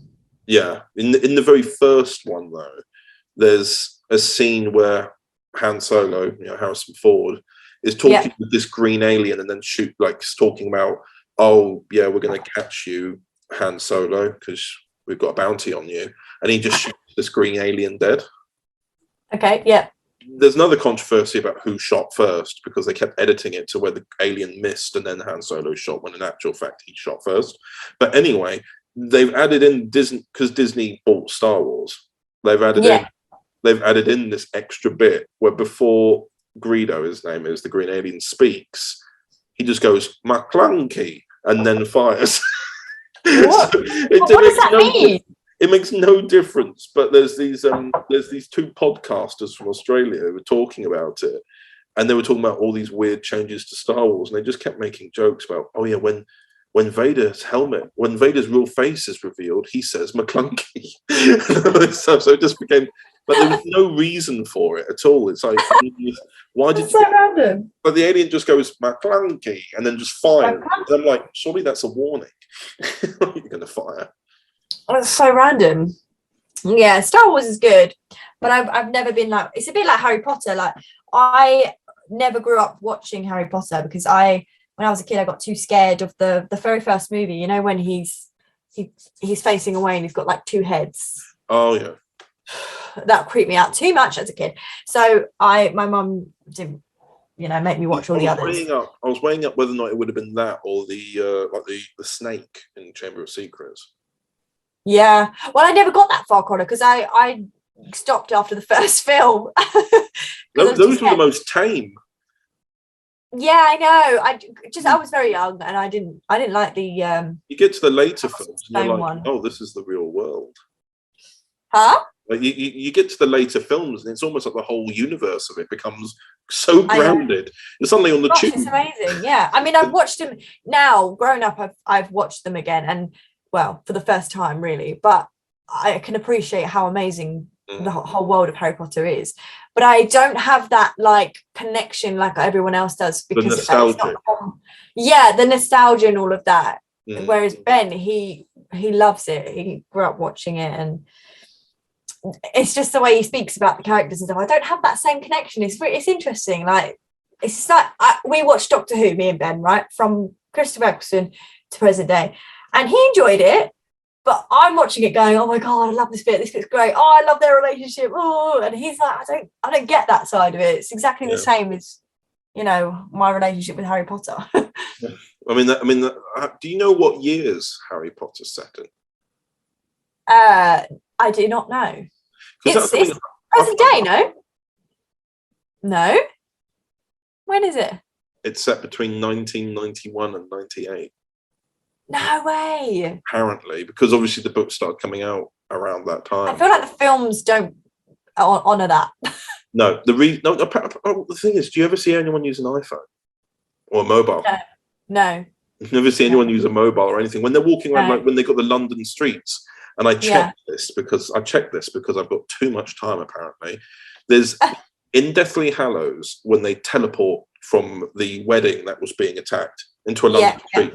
The bus that almost hit them was a model from the 90s. Connor, how on earth have you managed to spot that? Because I just went, oh, what bus is that? Because I heard it was from the 90s. And I went, but then they always get hit by a bus. And I looked at it and went, what? And I looked up that bus and found out that it's a proper bus. Oh. That's so funny that you actually looked up. But it's the attention to detail you've got to appreciate with the films as well. Because the films were great. Did you watch the Harry Potter reunion? No, I haven't. I don't know if HBO Max or whatever it is we use here. Pretty good. What do we have HBO Max here, or is it replaced by like new? I watched it on Sky. Oh. So maybe have you got Sky or Sky Go? No. No. To be fair, I've got Netflix. I use my dad's account.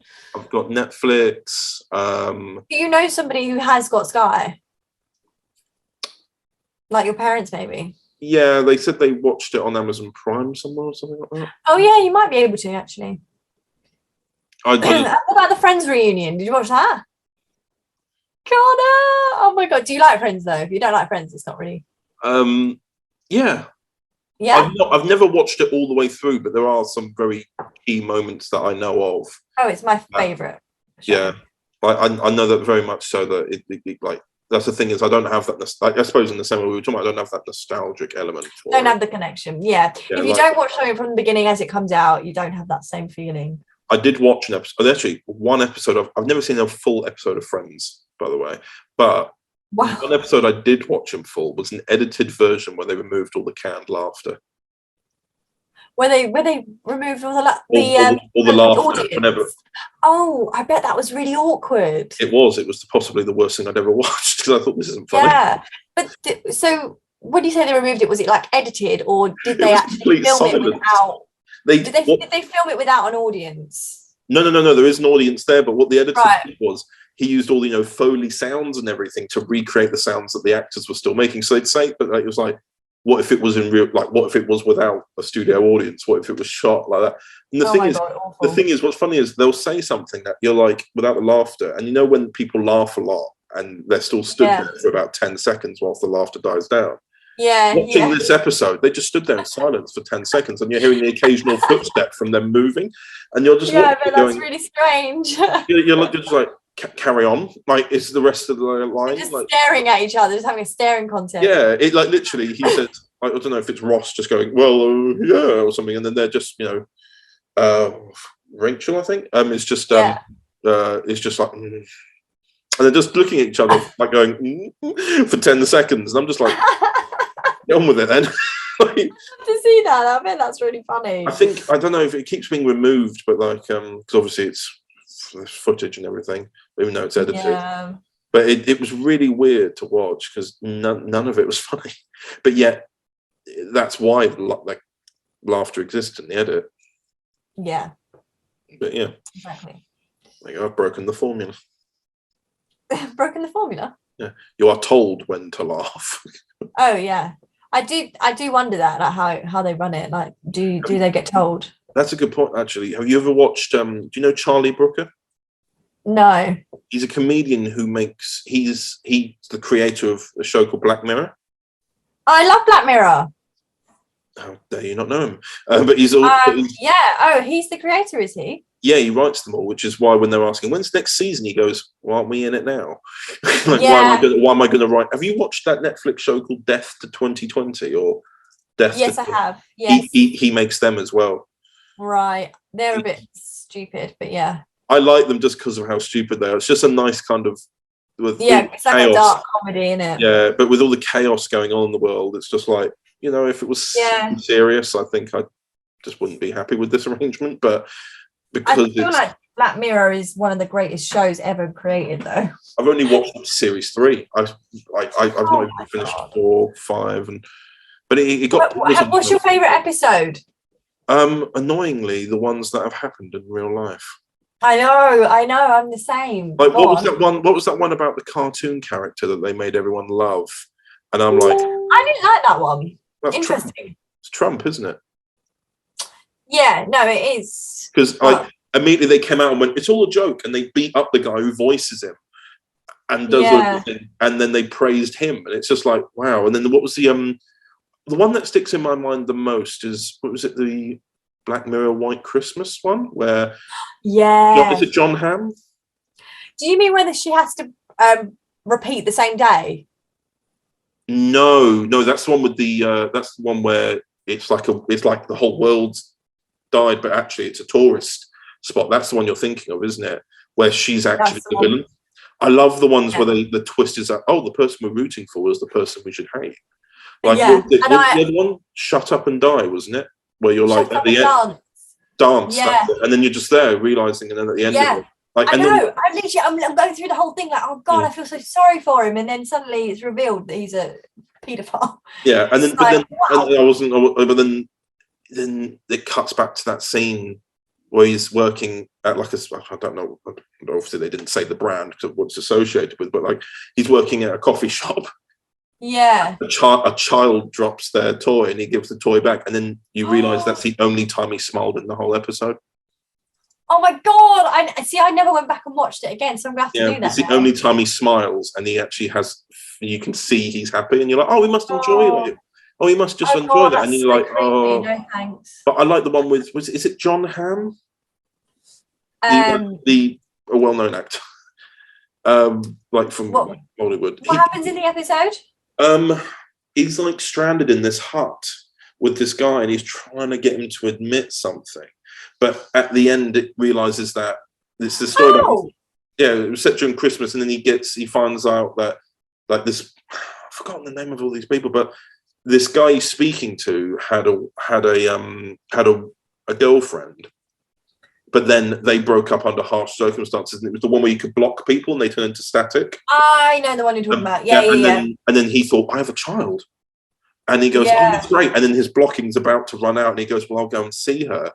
And then then he's a white male, a white English male, and then the girl turns around and she's a half Asian. And then he realizes that for the last 4 years that he's been blocked, and he's been going every Christmas to see her, thinking that's my daughter. And he goes to finally say, I'm unblocked. I can give her a present to say who I am, and it's not even his kid. I know. And then he goes mad or something because I think he ends up killing one of the family members. And then it's a really popular episode. A lot of my friends like that. But then the reveal is as well that they're in this they're not even actually in the hut. It's actually like they've copied his memories into this hut. Right. And then you can change time zones in there. So the guys, but they were trying to get evidence on him to convict him. So they made a copy of him in the memories to admit to his memories, which effectively is him, admits to doing it. So they go, we've got a confession from your memories. And that's part's clever, but then at the end of it, they've got this little device, and they say, should we switch this off? And he goes, nah, let them suffer. Leave it on over Christmas. And they leave it on a setting for 10 million days, don't they? Oh my God. And the computer's just doing this, vroom, vroom, vroom, vroom of the sun and day-night cycle. And it's and he keeps smashing the radio with the Christmas song on, and he turns around and it's back. And he keeps smashing it, and it never goes away, and he's just gone mad. Oh, that's so awful, isn't it? Isn't it horrible? I also like the one where you can. But then it's the other twist as well, because the guy who's done it and got the confession, he did something horribly dark as well, and he was getting people. He was like listening in and getting guys to hook up with women using his techniques, and then something goes wrong, and this woman kills this guy, and he gets arrested for. So well written. It's so well written. But then he gets released, and he's blocked by everyone. So he's walking around and everyone is static beings to him, and he's like, how do I shop? How do I? Oh my God, it's absolutely awful. So awful, but like addictive. You just can't not watch. Also, I love the one about social media where you like rate people. Bryce Dallas Howard. Yeah, Bryce. Yeah, that one was just like, that is kind of how we are today, like with statuses. Oh, you've not got this. You've not got this many Instagram followers. Like that's how people are now. Like going, and it becomes the currency, doesn't it? Like if you don't have as many ratings, you can't buy a certain house. Or and then there's that guy throughout the episode who works at the office who's like, oh yeah, have some cookies. And then she upvotes him.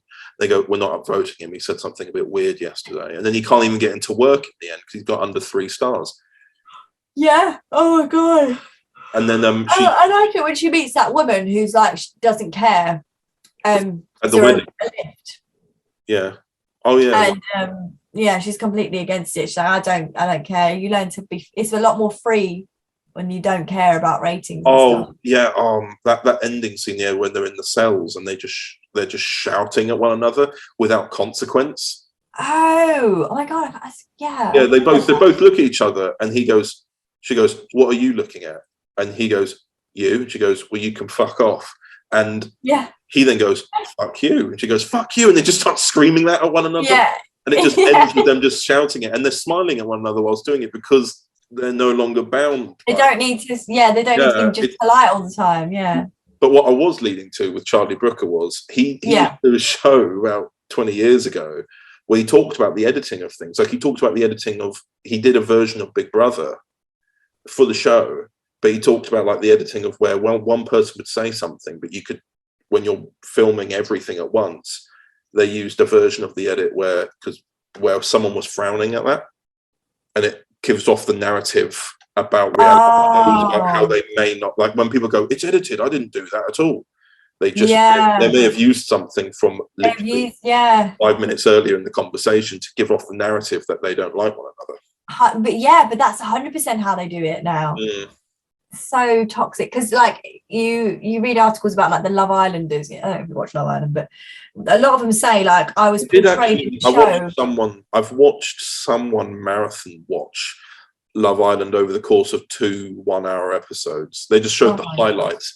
But I will say this, annoyingly, I would never watch the show in full because I feel like the condensed version was better for me, because they were going, oh, what's this storyline going on with Chloe? Oh, what's this going to happen? Oh, then they were like, but hang on a minute, then why are they bringing more people onto the island? And it was like, there's 2 islands now. And then it was all like going like all back. I do love Love Island. I think it's addictive. It's a guilty pleasure. But as I was saying, they some of them have said in the past that they've been completely portrayed like differently to how they were on the show, like for real, in real life. It's so interesting how they can edit someone's personality. Well, I think a friend of mine who plays one of the doctors in this universe, he was recently working on the recent series of I'm a Celebrity. Right. And he was there up in Scotland, just sat there watching screens for 12 hours. And you just have to write a note of the time code and go, like there was one bit, I don't think he got showed, but he said, or something like that. He said something about how one person had like morning glory or something when they woke up. Yeah. He wrote optional comedic moment or something like that. Like they write that down. Like, it's like that joke with when Peter Andre and Katie Price met in I'm a Celebrity. Yeah. And when they're in that, they have to sleep in that cage together. Yeah. And Peter's very excited in the cage, and they used that, and that helped form the relationship in the reality show, which then created their reality shows on ITV from it as well. Like it was just like all that editing. Gosh, Peter and Katie, those are the days. I used to watch that show actually. I only remember because my mum and my sister were obsessed with it. I remember seeing a glimpse of one Next Time trailer, and that's when I think Junior punched Peter in the balls, and he's just like, you shouldn't do that. And that's it. And only the next time I'm just like, he's got. Have you seen what Peter Andre's been doing now? What he's been doing? No, what's he up to? He's a family vlogger now on YouTube. Oh, cool. That's cute actually, because he's got kids with his new wife, isn't he? Yeah, and obviously you've got what are their names? There's obviously he still sees Harvey. Oh, Princess. Yeah, I saw it ages ago. They're on their boat together or something. But like, it's also weird having watched that reality show and then seeing these vlogs and going, I'm old. Like they've all grown up, and I'm just there going. Oh. Then again, I was only like 10 or 11 when they were being aired in the first place. Yeah, so I'm old. It's like when you see. It's like recently they made. Yeah, not yawning at you. It's like recently they announced because the a company called Big Finish make Doctor Who audio dramas like with the actual actors, but they've done some new ones with Rose Tyler and also Jackie Tyler's in it as well. But then people noticed that Billie Piper, when recording this, is the same age as Camille Coduri, who played Jackie when they were filming the series. No. Like that's like. Oh my god. Yeah. That's weird. But then you look at like Freema Agyeman with Martha Jones. She's in her 40s now. Oh my god, that's so weird. Did you see the recent videos of David Tennant and Catherine Tate? No. Because she's done the Nan movie. Yeah, I've seen that. Yeah. David Tennant went to the screening. He went to the screen, and he's there with her, but she's in character. So they're on the red carpet. Oh, yeah, but those two are good friends, aren't they? Yeah, but she's in complete character. She's playing Nan, going, "Oh yeah, I'll see you later." And he goes in and runs in to join the screening. And she just turns to the camera, going, no idea who he is. Did he win the X Factor or something? But like, it's like that. But then the problem is that you get people now who are like going, "What is the point of this?" And it's like, you don't appreciate nostalgia. Yeah, exactly. This is the Catherine Tate show. This is 2004. Catherine Tate show. It's so like completely would not be accepted now, that show. But it we had it on at work the other day on iPlayer. And I was watching it like, oh my god, it's not even that funny, but I remember finding it so funny. And I was like, that Little Britain would never be made now. Yeah. I mean, they went to very far extents in later series. And Come Fly With Me. Do you remember Come Fly With Me? I feel like that was the worst one because there was like some kind of racial and slurs. It was horrible. Do you remember the character in Come Fly With Me who worked at like a burger place but wanted to be a pilot? Oh yeah. My dad always said that was me. Oh, what? It sounds worse than it was. Back then I had the same curly hair. Because I grew my hair quite long, so I had like real loads of curls and I had the same hair. That's so funny. It's actually one of my favourite scenes where he's like burger. Can I have a burger, please? Press burger. Chips, press chips. Or fries, whatever. And then there's a later joke where there's a line of 3 of them, and he's now the supervisor. Yeah, that's it. He goes, cheeseburger, press cheeseburger, press cheeseburger. So good. Yeah. God, those were classics. But they did do a Little Britain lockdown special. But nowadays, I think David Walliams and Matt Lucas fell out. Actually, they did. They only sort of. In fairness, I don't really like David Walliams. Yeah, I know he's a bit. He's got this kind of like I don't know if he's intentionally done it. Yeah, he's got that on like especially on like chat shows stuff. Like I watched him on the Big Fat Quiz of the Year, and he's just got this kind of sense of like it's completely different than how it was. But like, and then when you see him as on the judges on what was it, Britain's Got Talent, is it? Yeah, Britain's Got Talent. You're like, what happened to you? And then Matt Lucas has lost loads of weight now. Yeah. I met Matt Lucas. Did I tell you that? I met him 6 years ago for a film shoot.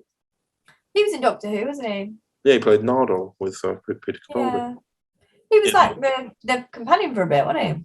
Yeah, he was in one episode originally, and then his head was put on a robot, and then for a whole series he was there with Bill, wasn't he? Yeah. I mean, I didn't really watch that series, I'll be honest. So. Oh, I'm just thinking this might be its own podcast at this rate because we've talked for 2 hours and like I know you're gonna have to edit it all down. It's too much. Well, to be honest, it makes it easier because then I can me and Dan can introduce it and go, here's the segment, and then just have this play. Anything else you want to talk about for Cravat Doctor and the Rani? Just hope everyone likes it. And when's it been released? Do we know? The trailer is out on the 9th of April, and then weekly from the 16th, so a month from when we're recording it. Actually, the 16th, 23rd, and then the 30th of April. So not long now, then. Are you excited? Yeah, I mean, I'm like literally the last time I made an audio was when we did that last scene. So it's been like 2 years.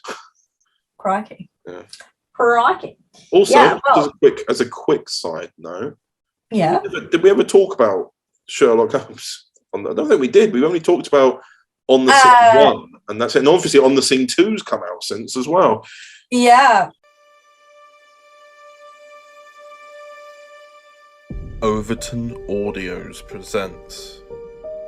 The trial is on the murder of Chelsea Baxter. Jack Grant stands accused. How can he keep doing that? I thought he confessed. The defence will do anything possible to get a conviction. Like the bastard Watson L. I know. It's not what you think. Was that Darren Kelly leaving the cafe? Yes, but it's nothing intimate. It could compromise the whole case. You're both key members of the investigation. The deceased was alive at the time of death. She was sat facing away from the shooter, and the bullet entered the back of her skull. Yes, call it in. I wish she hadn't died. But why sell her the drugs, you fucking prick? That was your last warning. Get him out. I just let my anger get the better of me. We've talked about your anger issues, Darren. You need to keep it under control. Isn't Jess Palmer also the cousin of Chelsea Baxter, who is the deceased in this case? I don't know. I understand that DS Taylor and you are friends outside of work. Yes, she's a family friend. There's a lot of family involvement in this case, Miss Palmer. These are all breaches of regulations. Hi, I'm DS Taylor. May I ask you some questions about a girl who visited here last night? Look, my club took a massive hit when Chelsea Baxter's story came out. I don't need another girl affecting my business. Her father lives in Shadwell. The body was found in Shadwell. We are also trying a case in court to do with a drug dealer and murder from Shadwell. It all seems too convenient. On the Scene 2, coming the 26th of February 2022 at 12 p.m. No, I was going to message you about being on the podcast, and then literally the moment I went to ask you, it said, "Oh, Kate has posted for the first time in a while." And I looked and went, "Oh, she's in the Maldives." I was out of office for sure. That was great. That audio was really fun. It was really that character weird. was fantastic. It was weird editing it. The Sherlock Holmes one. Mr. Holmes, I trust you will forgive me for the rain I have brought in. Your landlady was kind enough to hang my coat and umbrella up. However, my shoes have not yet dried. My name is James Wilson, but I want to find out about them, and who they are, and what their object was in playing this prank, if it was a prank upon me. I see a lot of sadness in those eyes, Sherlock. You're a man who can't let go of war. We are supposed to be friends, Holmes. I am no longer a soldier, just as you are no longer a war strategist. Thrilling case, isn't it? The Ku Klux Klan, here in London. The game is afoot. Because I had to do that accent, didn't I, at the end? There wasn't just that, but there's... I know that obviously, we're acting and everything, but it was super weird because it got very... There was a lot of weird intense. Well, because I know that that's obviously how they are portrayed in more modern takes. But it was just kind of weird editing it, going, "This is me and Kate." Oh my god, yeah, I know what you mean. Yeah. And they're both trying to outsmart each other with their wit, I guess. Yeah. But that was good. And then but I remember you being like, "Can you do a Russian accent at the end?" I think it was German. Wasn't it? Oh, German. Yeah. So I quickly had to Google. I did a couple tutorials on how to do it, and it was pronouncing the W as a V on all the words, but I was rubbish. I'm so glad you didn't use that version. Yeah, I just thought we'll save face. And then gosh, we've done loads of stuff, haven't we, Connor? Yeah, I think so many projects over the years that you forget about. Yeah. I mean, we've talked about at some point trying to remake Painting Red, haven't we? Yeah. I don't know if I can because I mean, Waterside overall cost me 15 grand. Yeah, I don't know. And that was when I didn't have a mortgage. I can't believe it cost you that much, Connor. That blows my mind. Yeah, it was about roughly for the 4 series. Obviously, when I'm rounding them up, but I think first series was 2,600, third series was 3,900. Because for some odd reason we decided to cast PMG got a lot of actors from Manchester, and I said, "Yeah, sure." I'm not thinking about, I'm covering travel. So they were traveling all down from Manchester to London, which obviously is expensive, and then. Season 4 was more episodes, so that was still in the 3,000 mark, but it was able to be spread out. But it was worth it. It was so worth it. Oh yeah, that's the thing is that I don't think I'll ever be able to with Waterside and the scale that we went to with the amount of actors. Yeah, no, we never go to do that again. I think filming something like what we shot with Nick for the film tonight. More manageable though, because that was only 3 nights, I think, in total. Yeah. You could do short films and stuff. Yeah, exactly. I think Maybe not a series. Yeah, but like something like more short film based, definitely. I mean, Yeah. because that's the thing. If we were going to remake Painting Red, I plotted it as a 10-part series, and I'm like, yeah, I know. Did I tell you? Did you see on my Instagram that I worked with Jack recently? Yes, I did actually. How is he? He's good. Yeah, I haven't seen him. I haven't seen him since filming Painting Red. Yeah. At all. So hello. How did it come about? Well, initially we were trying to cast for this thing we were filming, but then everyone, like, I don't know why, I think people just kept cancelling all the time. And it came to a point where I went on Mandy and I searched up actors in Essex, and Jack was the top result. Oh wow, that's like, pretty good. I was like, wow, okay. So I just went, well, I actually have him on Facebook still. So I was like, I might just message him there. And I did, and he said, hey, no, long time no see. Yeah, sure. And then he was free, and we filmed it all in about 5 hours, and then he was away again. But yeah, we just filmed around in Chelmsford. And he was playing a priest, I think. He plays a lot of. The thing is, it was interesting because with what was his name? Was it Andrew? It was Desiree and Andrew, wasn't it? Painting Red. Yeah, that's it. Yeah, because he was still playing a very he was playing a murderer. Yeah. So like things still kind of on the same lines, obviously. With and then she was a murderer. Well, that's the thing. The only thing I've said to PMG is I think if anything, we'll have to remake a Painting Red into an audio series. Yeah, you could do. Because I mean, ultimately, we can do anything with audio because you can put it anywhere with sound design. Yeah, exactly. And then, but I also think. Yeah, but there might be like, I don't know, there can be some things because it's not like Painting Red's like filled with sound, like with loads of visual effects and massive things. Like it was very. I mean, we had a lot of cameos. It was dialogue heavy, yeah. Yeah, but we had a lot of cameos from the rest of your class, didn't we? Yeah. That was overwhelming when your tutor said, "All right, go to the projects you're interested in," and everyone walked over to us. And I was like, "Okay." We were such a great idea. I think we were hated by our class for that. Yeah. I think they know. I think a couple of people probably went over to them because they obviously still had. What was it? I can't remember how you say his surname. It was Harry Emanuelides. Yeah, and then and then who else was in it? Oh, my brain's drawing a blank. But they like how Harry Hughes. Yeah, of course. Yeah, they made Breaking Down, which was the obviously the car driving film. Yeah. And then, God, didn't he make like a really like a Star Wars thing, and then the footage got lost? Something like that, yeah. But he recently, because he's got an Instagram account for his photography, he put up some of the photography from when they did take some photos on an actual film camera.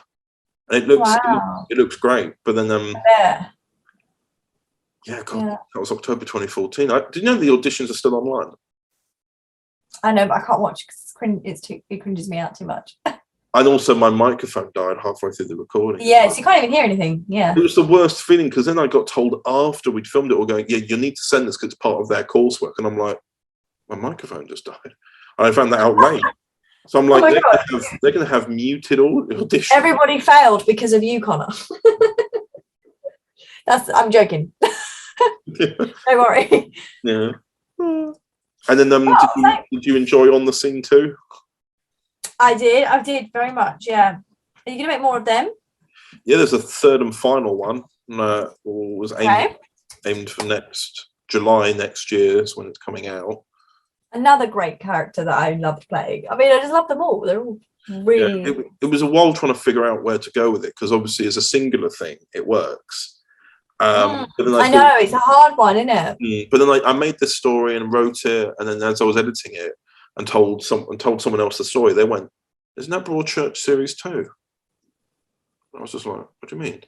They go, "Well, the first one you made was Broadchurch series 1."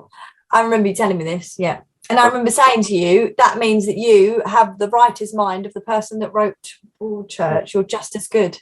To which now I've like, okay, third series of Broadchurch. I now know what happens in that, and we're not doing it. because we've set up that whole thing about there being like a huge drug ring in Shadwell.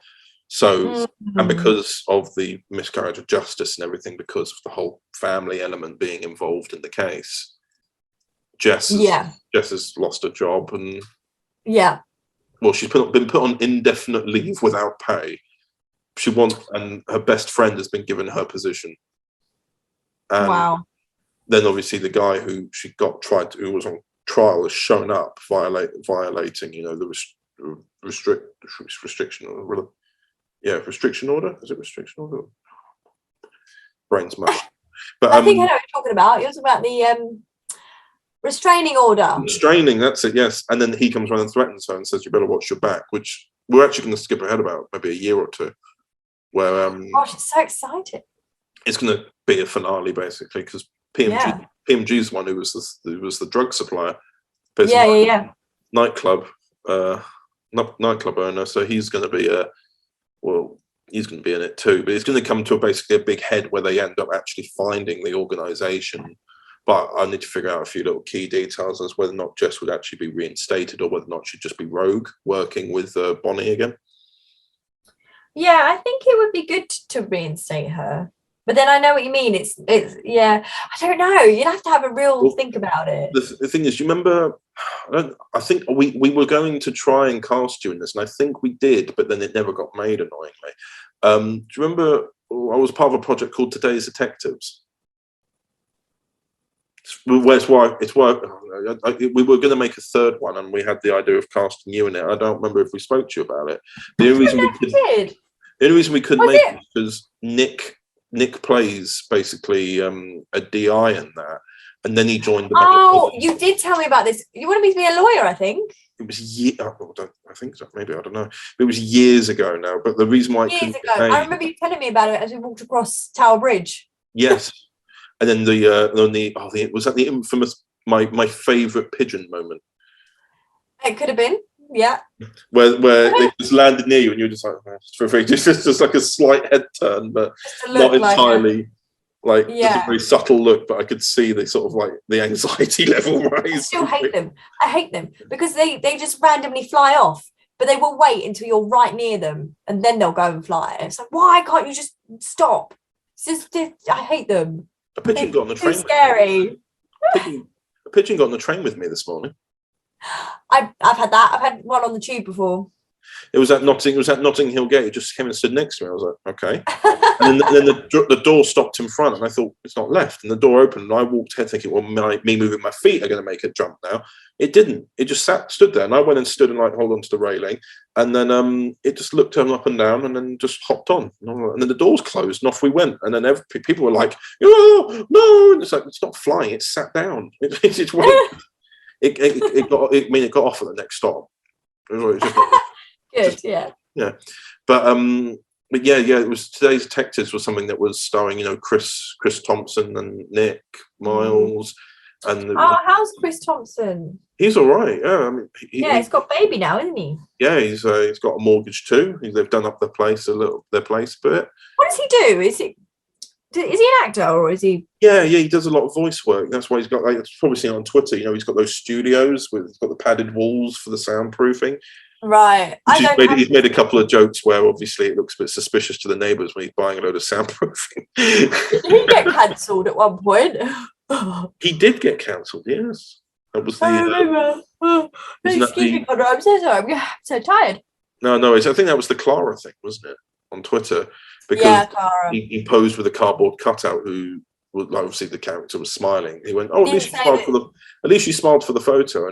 But because at the same time the actress was actually having a bad mental health day, people like Clara stands lined it up with that. But the problem is as well, he also just took the piss on Twitter. He was like, and I was like, no, mate, you're really fuming. Yeah, I imagine it wasn't intentional. No, but he was out with mates at a pub, so I'm like, well, yeah, he's in good spirits. But yeah. But no, essentially with Today's Detectives, the only reason that we couldn't make the third one was because Nick joined the Metropolitan Police, and you're not allowed to play a police in the media. Yeah. We couldn't make it, but essentially in that at the end of the second one we made back in 2015, the detective character in that actually gets arrested for kidnapping the perpetrator before they got proved. So he ends up going to prison. But the third one, which we were going to plan, which is what I'm kind of leading to with this, which is he doesn't initially actually get hired back immediately because of his previous conviction, but he does end up helping in the capacity of like a private detective. Okay. That's what I was trying to weigh up with this, because obviously Jess hasn't got a conviction, but there is a mark on her record that, you know, she did hinder in a case that meant there was a mistrial. Yeah. So like I'm thinking like that wouldn't like, and that could work. That could work. I like that. did you have the chance to listen to On the Scene too? Yeah, I listened to it. Did you like the way that I was the one who fired you? Yeah. I hadn't cast myself at all in it. I thought, well, I'm going to play the one going, no, Jess. No. I love how you make cameos in your own projects. It's so funny. Are you aware of all my different voices? Well, of course, I've heard many different voices. You've heard Michelle? No. You don't know about Michelle? Go on, tell me. Because it's like I've got like Alan Overton, who's like, "Hello, mate. Yeah, just go through here," and he just changed, and you just change the pitch a little bit, and then there you go. You've got like Jacob, who's like, "Oh, hello there. Yes, please come through," and then you just pitch again. Michelle's oh my God, I bet I've listened to audios and like not realised it's you. It's just background characters and people who don't really talk much. I'm like, "Hang on, mate, where are you going?" Like, you know, for most of the nightclub stuff, when there was a bouncer in those scenes. Like, you know, like the flashback scenes from On the Scene 1 where the security guard's like, and stay out. That's me. Oh my God, that's hilarious. But then, but Michelle is a unique one because that's a female voice, and I've got a very deep voice. Oh my God, you have to go on, do it. I do add a bit of pitch to it, which is why I'm also drinking some water. Yeah. All right, so what do you want me to say is, Michelle? Say hello, I'm Michelle. Hello, I'm Michelle. Wait, you've got to say something else. But then I just change the pitch, and then it sounds really authentic at that point, because that's obviously still me trying to. I have to exhale when speaking. I can't breathe in and do it. I have to. Yeah. Hello. Yeah. Yeah, you could. Yeah, no, that works. It's so but the weird. Thing is, I can't do big character lines as that because I have to exhale whilst doing Yeah. breath. Hello, I'm Michelle. Oh, I see what you're doing. You're exhaling as you speak. That's very clever. Hello there. I just don't let the sort of natural rough of the deep voice come out. So it's like, welcome to the Overton Audios podcast. Maybe Michelle should do the outro. I was almost running out of breath just saying that. Like, thank you for listening to the Overton Audios podcast. We hope you have. I sound like a friggin' like air hostess. We hope you have a pleasant onward journey, and we hope you fly with the skin soon. Is Michelle in? Yes, Michelle is. Michelle, it does actually have a scene with you in Cravat Doctor and Rani. Wow! She plays the medic in the first episode. Oh my God! That's so interesting. I can't wait to hear her. I can't wait. I'm so glad I got to meet Michelle today. Like, the thing is, everyone can always tell when it's the male voice. It's when Michelle, they're like, you doing a female voice. Yeah. Well, thank you for having me. No, I was about to say, should we try and wrap this up now? It's been like it's nearly 10 now. Yeah, it's almost my bedtime. Oh, well, thank you again, Kate. That sounds good. Being available for this. And again, the Cravat Doctor and Rani trailer comes out on the 9th of April, along with the episode starting from the 16th of April and weekly from then on. And I pass the section of this back to future me and Daniel. Farewell. Bye. See you soon. Okay, hello everyone, welcome back. And yes, that was a very long segment, wasn't it, guys? Yes, me and Kate were only going to try and keep it to 20 minutes, but we hadn't really spoken properly in months. Well, the segment starts off with me and her talking about what we think RTD's new era of Doctor Who's going to be, then Spider-Man, then Cravat Doctor and Rani, and then we end up talking. She didn't know about the whole thing that happened with John Barrowman. Oh, yeah. Yeah, it's very weird, because I'll be honest, the weird thing with the internet is that everyone will be talking about it for a month and then it will completely disappear as if it never happened. So people who were a little bit late have no idea that it happened. Well, yeah, that's the thing, because I was mentioning about it, because we were talking about series 1, Torchwood, and then and then she was like, "Oh yeah, but it was a good series. It was a good series. It was lovely and pure." And I'm like, Yeah. Torchwood. It sometimes does baffle me how the same person who wrote episode 2, were called Day 1, like of series 1, is also the showrunner of Doctor Who. Like that sometimes like baffles me. The same person. But then again, I literally made this point to Kate. Kate started watching Torchwood when it was being aired. I was 11 then, so she was 7 or 8. I was too young. Then again, I got it on DVD, and when I was 9 years old, because it was part of Doctor Who, and I didn't. You were a rebel. No, we didn't. Okay, this sounds really bad, but I didn't get internet in my house till I think 2012. So I wasn't very well connected with it. So when I got the DVD, it's before then, obviously, and I watched it, and I remember episode 2 coming on. I'm like, this is Captain Jack. This is what he does. He stops the monsters. He stops the monsters in episode 2. Yeah. Yes. It was shocking. I can tell you that. Mm.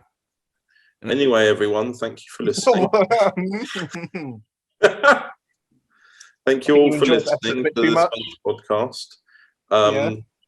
This podcast will actually be coming out the day before my birthday. So, shall we? Birthday to you. Happy birthday. Are we singing it or not? I don't know. It's been a bit disjointed, this ending. Okay, right, okay. I feel so loved. Okay, right, okay. 3, 2, 1. Happy birthday to you. Happy birthday to you. Happy birthday, dear lovely Chadders. Happy birthday to you. Thank you. I was also remembering whilst you were saying that when how Dan wished me a happy birthday when I turned 22. Oh my god! I still have that clip. I still have that clip. Dan. And here it is in the podcast. No. Yeah. Dan dressed up and played Taylor Swift's 22, and then started miming to it. Was Pete there as well? He was, but he wasn't miming. You were the only one. I didn't say he was. I was saying, was he not there as well, horrified? Are you happy to admit that there were witnesses? No. Don't worry. The main consensus is that you were practicing to be a TikTok mimer, and that was TikTok was a thing. I know. You're a time traveler, Dan. You knew about TikTok and what it will become, and people on the internet just miming to songs. Dan was a man ahead of his time. He was practicing something that didn't exist before he knew he needed to. My influence your influence is so large, Dan. Like, you're a god. I know. It's just like this I'm also use that power for good. or for myself. With great power comes great responsibility, Dan. There must also come great responsibility. Quote it right. No, sorry. Well, I believe Connor's going to die now saying that quote. You know the rules, Connor. What, that if you say something about power and responsibility, you die? Wait, like, you've not seen any of the movies? But they're films, Dan. We're in real life. Are we? Where has this podcast gone? We were meant to do this. You're saying goodbye, my friend. Yeah, let's say goodbye. Nobody noticed the way that they're like, oh, people usually die after saying that quote, and then I've just been silent for a minute, and nobody bloody noticed. Oh God! I've just been silent to play into that joke, going no. Instead, I don't know what the hell you went into, like the gaps and the lines between film and reality. Reality is all over the place. Yeah, that's very true. So anyway, thank you all for listening.